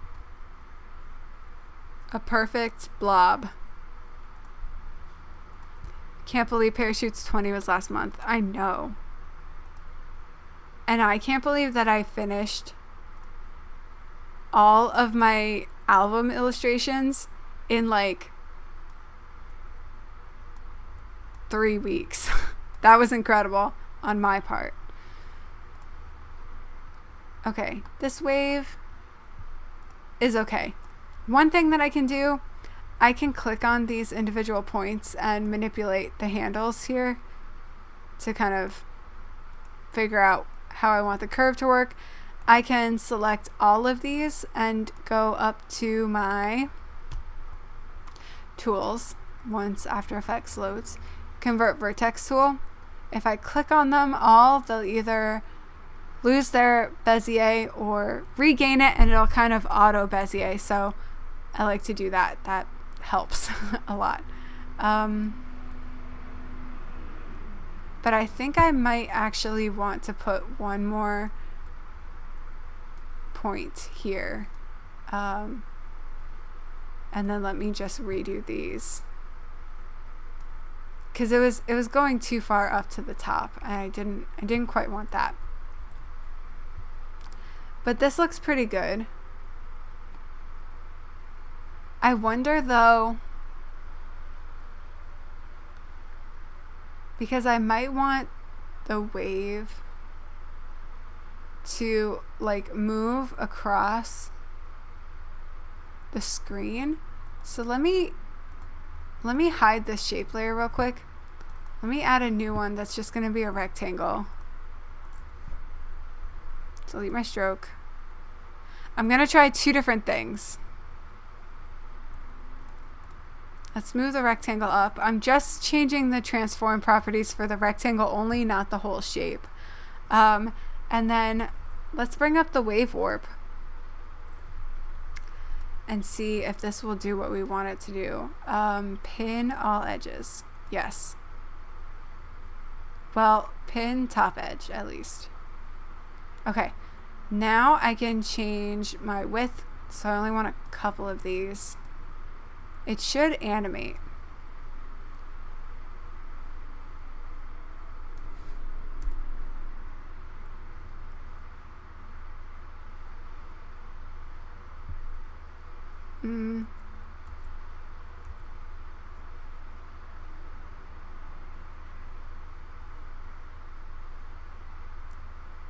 That's not terrible, but I feel like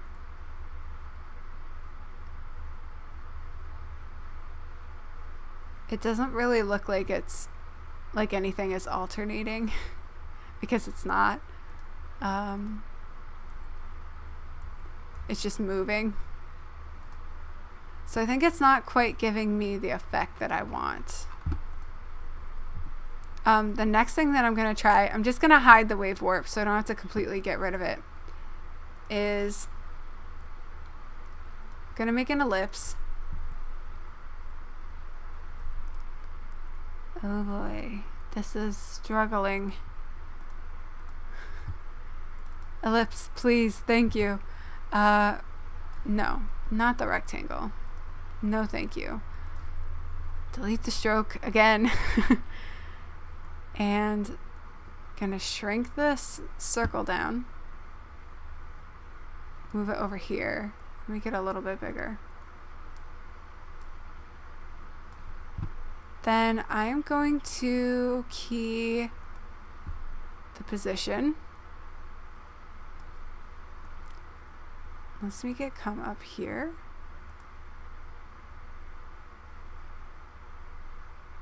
Did that work right?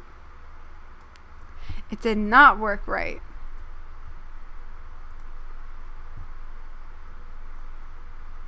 Oh, no. Why am I still on the rectangle? Okay. Position. Thank you. Thank you, me. Okay, that's what I wanted. And then we'll move this down. And then we'll move it up. Something like that. This is gonna... I'm not saying this is gonna be good. I'm just saying we're trying it.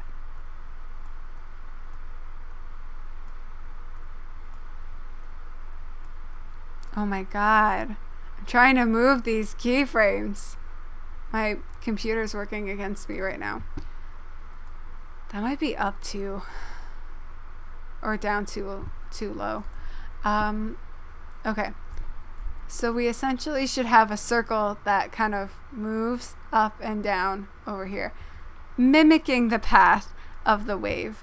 Of course, I could turn my wave on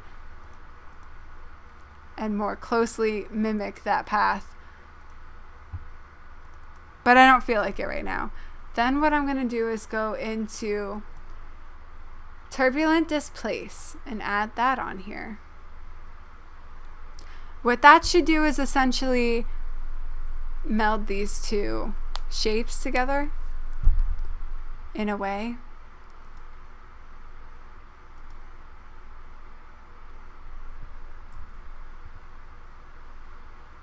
But does it work? Does it work? That's the question. I think we just need to adjust some of the settings here.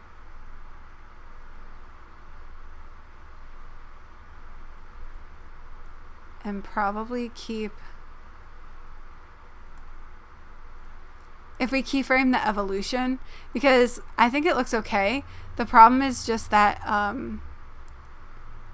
the rectangle part is just kind of static. So if we key the evolution, I'm gonna need to do more than that. If we key the evolution of it, then it should look better. I hope. Somewhat. I think it's still...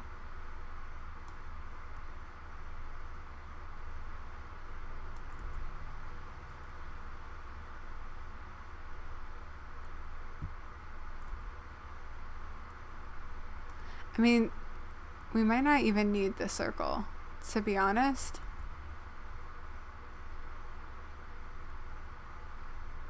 We probably don't need the circle, the ellipse, cycling through. So what I can do instead, I'm gonna delete all those keyframes, and these effect terms are perfect for 2020. Yes. Turbulent displace. Yeah, absolutely.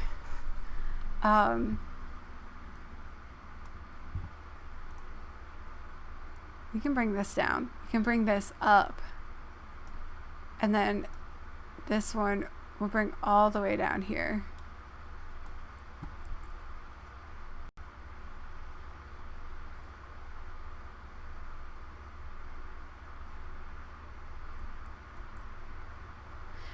Of course, this isn't exactly what I want it to look like.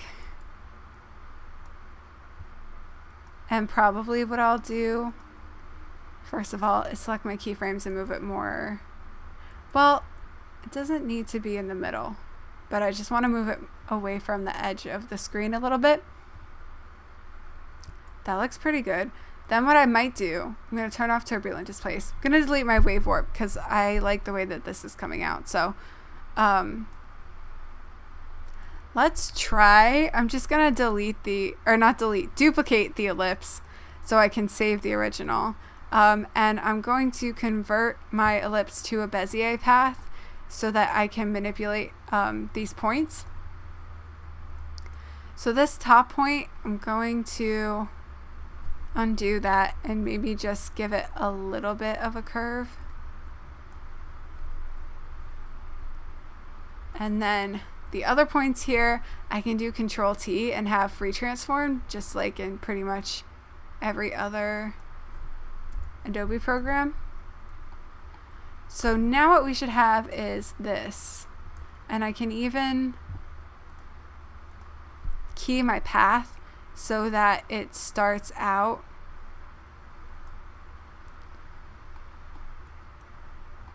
with a more circular shape. And then kind of becomes elongated as it's moving down. So I'll just set those apart.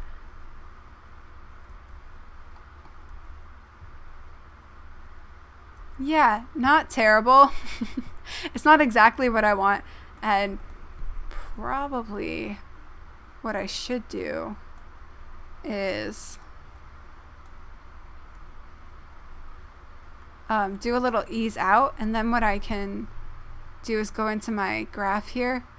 I'm just going to pull the handles out on this a little bit so it'll start a little slower, and then on the other side I'm going to pull the handles back so that it really picks up speed as it's going down.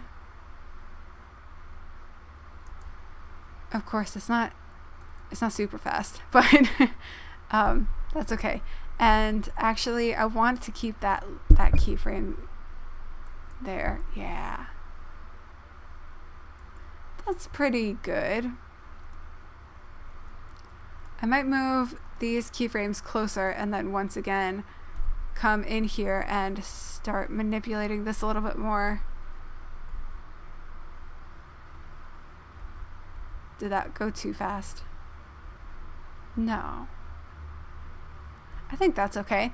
Now when I turn my turbulent displace back on, what should happen is that it kind of blobs down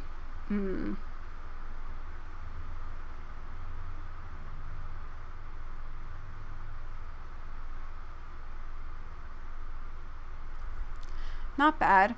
I might actually make it slower.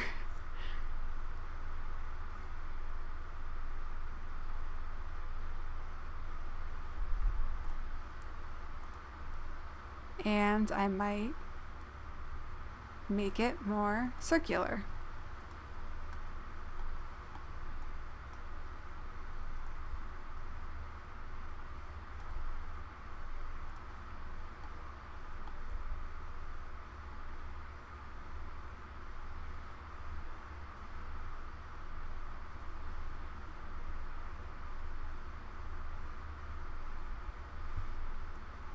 Something like that.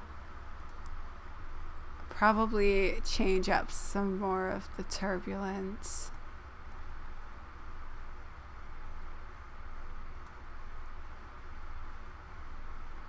Settings.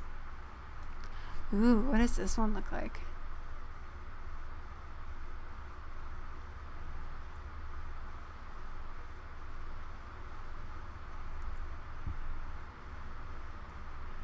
You like it. Yay. I'm glad. I kind of like things more like that, but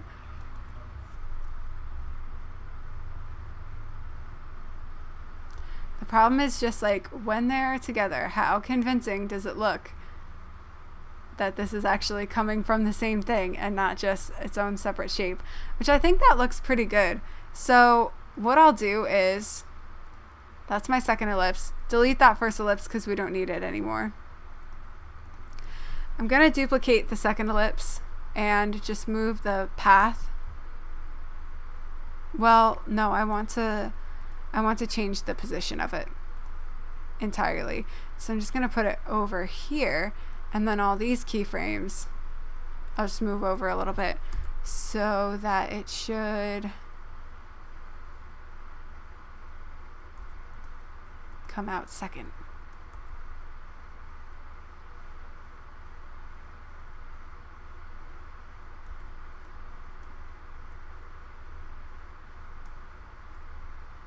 This might be better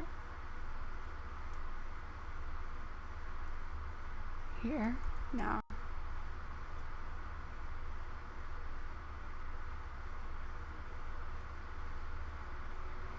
That looks pretty good.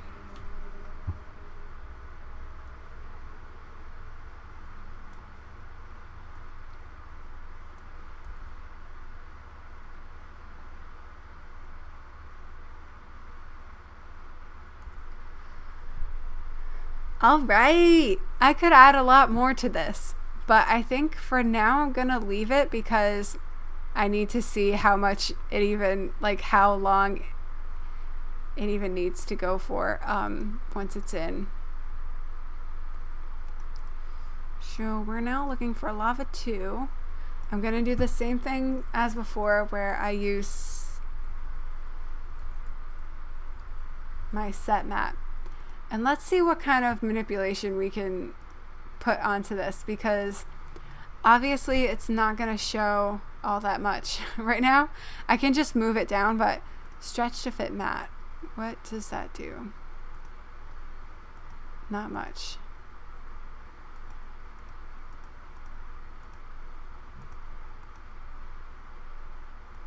Okay, so that's fine. Basically, I'm just gonna move the position of this. Oh no. Right. Okay. So here's another reason why sometimes using set matte doesn't help, because it's basing it. I mean, actually, does that look terrible though?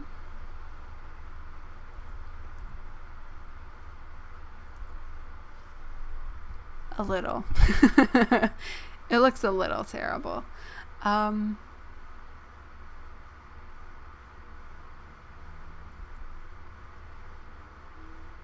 Like, I like the idea of it being inset, so I don't mind that. But the problem is that when it gets to the bottom, it's going outside of the hexagon, because all we did was move it down and it still reaches the sides of it.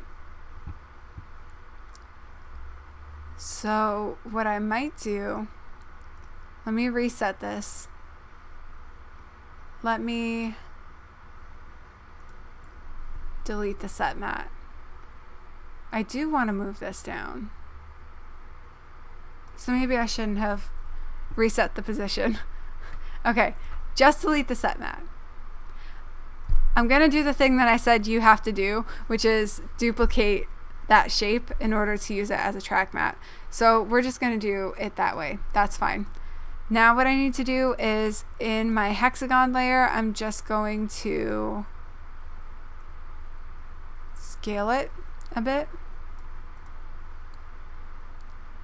And this way also I can just manipulate that.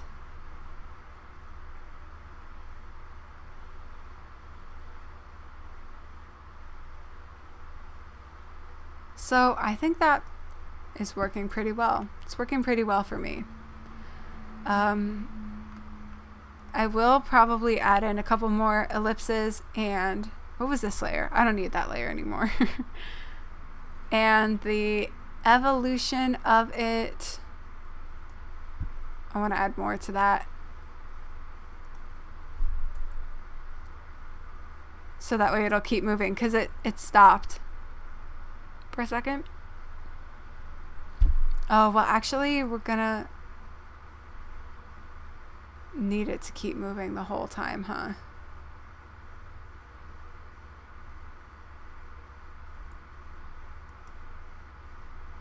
Unless I can...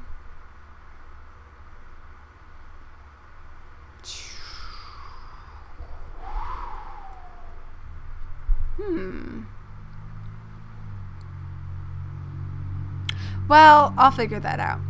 The thing is that, right, because the same issue that we had with the color changing is going to happen here, because all of this is happening within the first 4 seconds, but those comps start at 0 and our loop starts at 2 seconds. So it's already halfway through.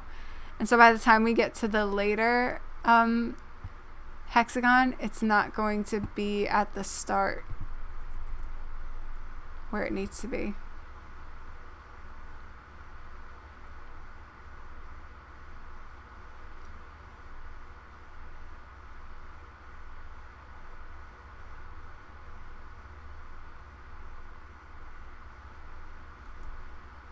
See? So I'll figure that out. But yeah. Okay, not too bad. Plus I think I kind of want to add more in terms of the color, because it's just the solid shape, and so I might do a little bit more to jazz that up. But so far, maybe if we put a roughen edges on it, and I'm gonna do that within the hexagon itself. Let's look for roughen edges. I'm gonna put that on my hexagon shape layer. That is the mat. And see if this does anything.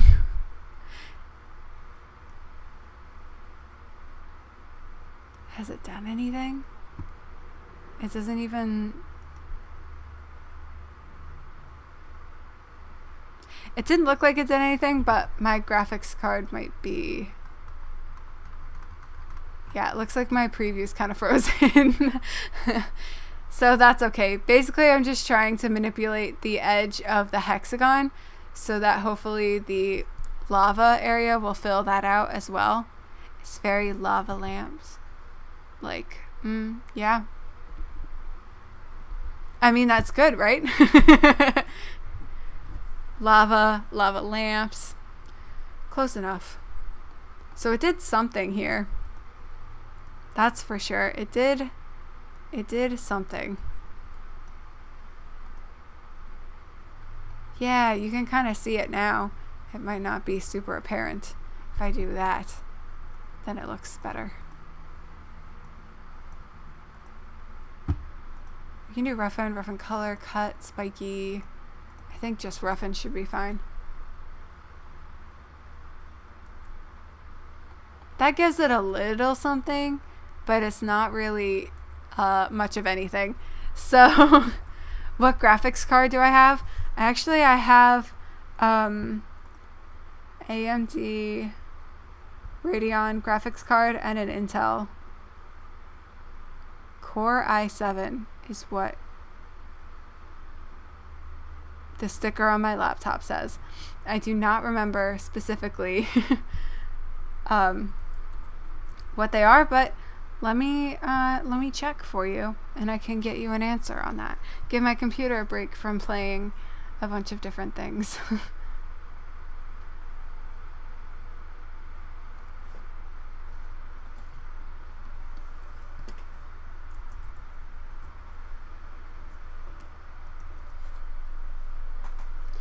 The computer that I have, by the way, is a Dell Inspiron 15. It's like 59 something. I don't know. I got this in 2016. It was refurbished when I got it. And yes, I've had this computer for almost exactly 4 years. I got it in August 2016 because I needed it for school, for my grad program.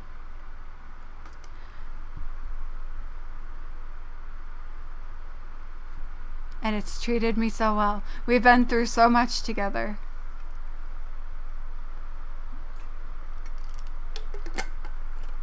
I'm kind of sad to think that someday I might not have this computer anymore. And definitely for right now, it's like, this is my lifeline. So I really need this computer to be in good condition, which it has been. I think I just have a bunch of stuff on this computer I need to clear off though too, in terms of like it slowing down. Like I have basically a terabyte, but it's like 900 gigabytes of space on my C drive, and I have 200 left. I think it's in part because I've been recording a lot of videos and I haven't really taken too much stuff off of here in a while. So it just starts to add up, all the video files, all of the After Effects files and Blender files and stuff like that.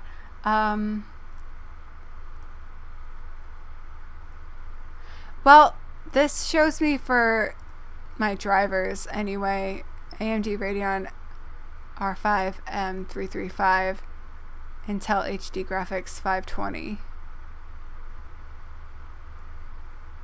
But I don't know if that's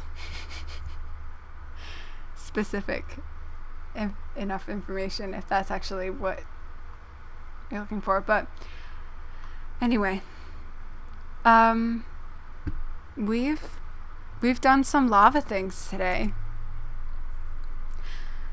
This is not quite what I pictured it to look like, but so far I think I'm actually really liking what we've done.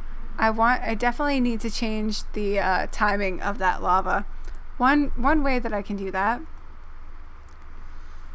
is to just move it over to like 2 frames in. I can see what. So we're at 1 minute and 12 frames in. We can have it start because you're not going to see any of it before that, so can at least, yeah, like that looks so much better when it's doing it smaller. I would like for it to happen right about here, so that's how I'd have to do that. Yeah, AMD over NVIDIA. The thing is that like I hear so much good stuff about NVIDIA, and I think there was something like in Blender that helps you to render out faster that you can really only do if you have an NVIDIA card. And I don't have it. And then I know NVIDIA has a bunch of stuff with like really nice screen captures and like game integration and stuff like that. So kind of frustrating. May need to add some black to the lava. Yeah, you're absolutely right, because one of the things that we haven't really covered is that that color transition. And like this here is almost like a purple, like a maroon color that it cools to and then becomes like kind of silvery. When he dumps it in the water, then it just is like gray, a gray blob. So I definitely want to incorporate more of that. I think that I might do another live stream session of this, maybe tomorrow. We'll see. But I definitely want to keep working on this. I'm having fun with it. But for today, I'm just going to end here, give my computer a break, give me a break. And I will let you guys know when I'm planning on going live again. For anyone watching, in my description for this video, I should have a link to my Patreon page, so you can go there to support me and to get access to cool behind the scenes stuff on things like this kind of animation. I also, for the people in my Deeps tier, you'll get it when you go to the page and see the tiers. For like the top tier, planning to do like a monthly exclusive live stream, so that's in the cards. And I'll just have like more behind the scenes stuff of basically me doing this for a lot of the things that I do. I'll still be doing more public live streams like this. Like I said, I'll probably live stream this next part, but if you want to see even more stuff, you can go over to my Patreon, and I'll keep everyone updated over there, as well as like on my Twitter as for when I will go live next. I'll make sure to tweet out the links. You can also subscribe to my channel here on YouTube and get notifications for that for when I go live as well. I try to set up the live streams ahead of time, but the problem is that I often decide the day of that I'm gonna stream. So hopefully that's something I can get better about. But this was really like a last minute, well, it was like a spur of the moment thing where I saw that video of the geologist getting some lava samples, and I was like, I love the way this looks. It inspires me. Let's do something with it. So we've done something, but we're not finished yet. So stay tuned for next time. But until then, thank you for joining me. I hope you all have a great day, and I will see you in the future.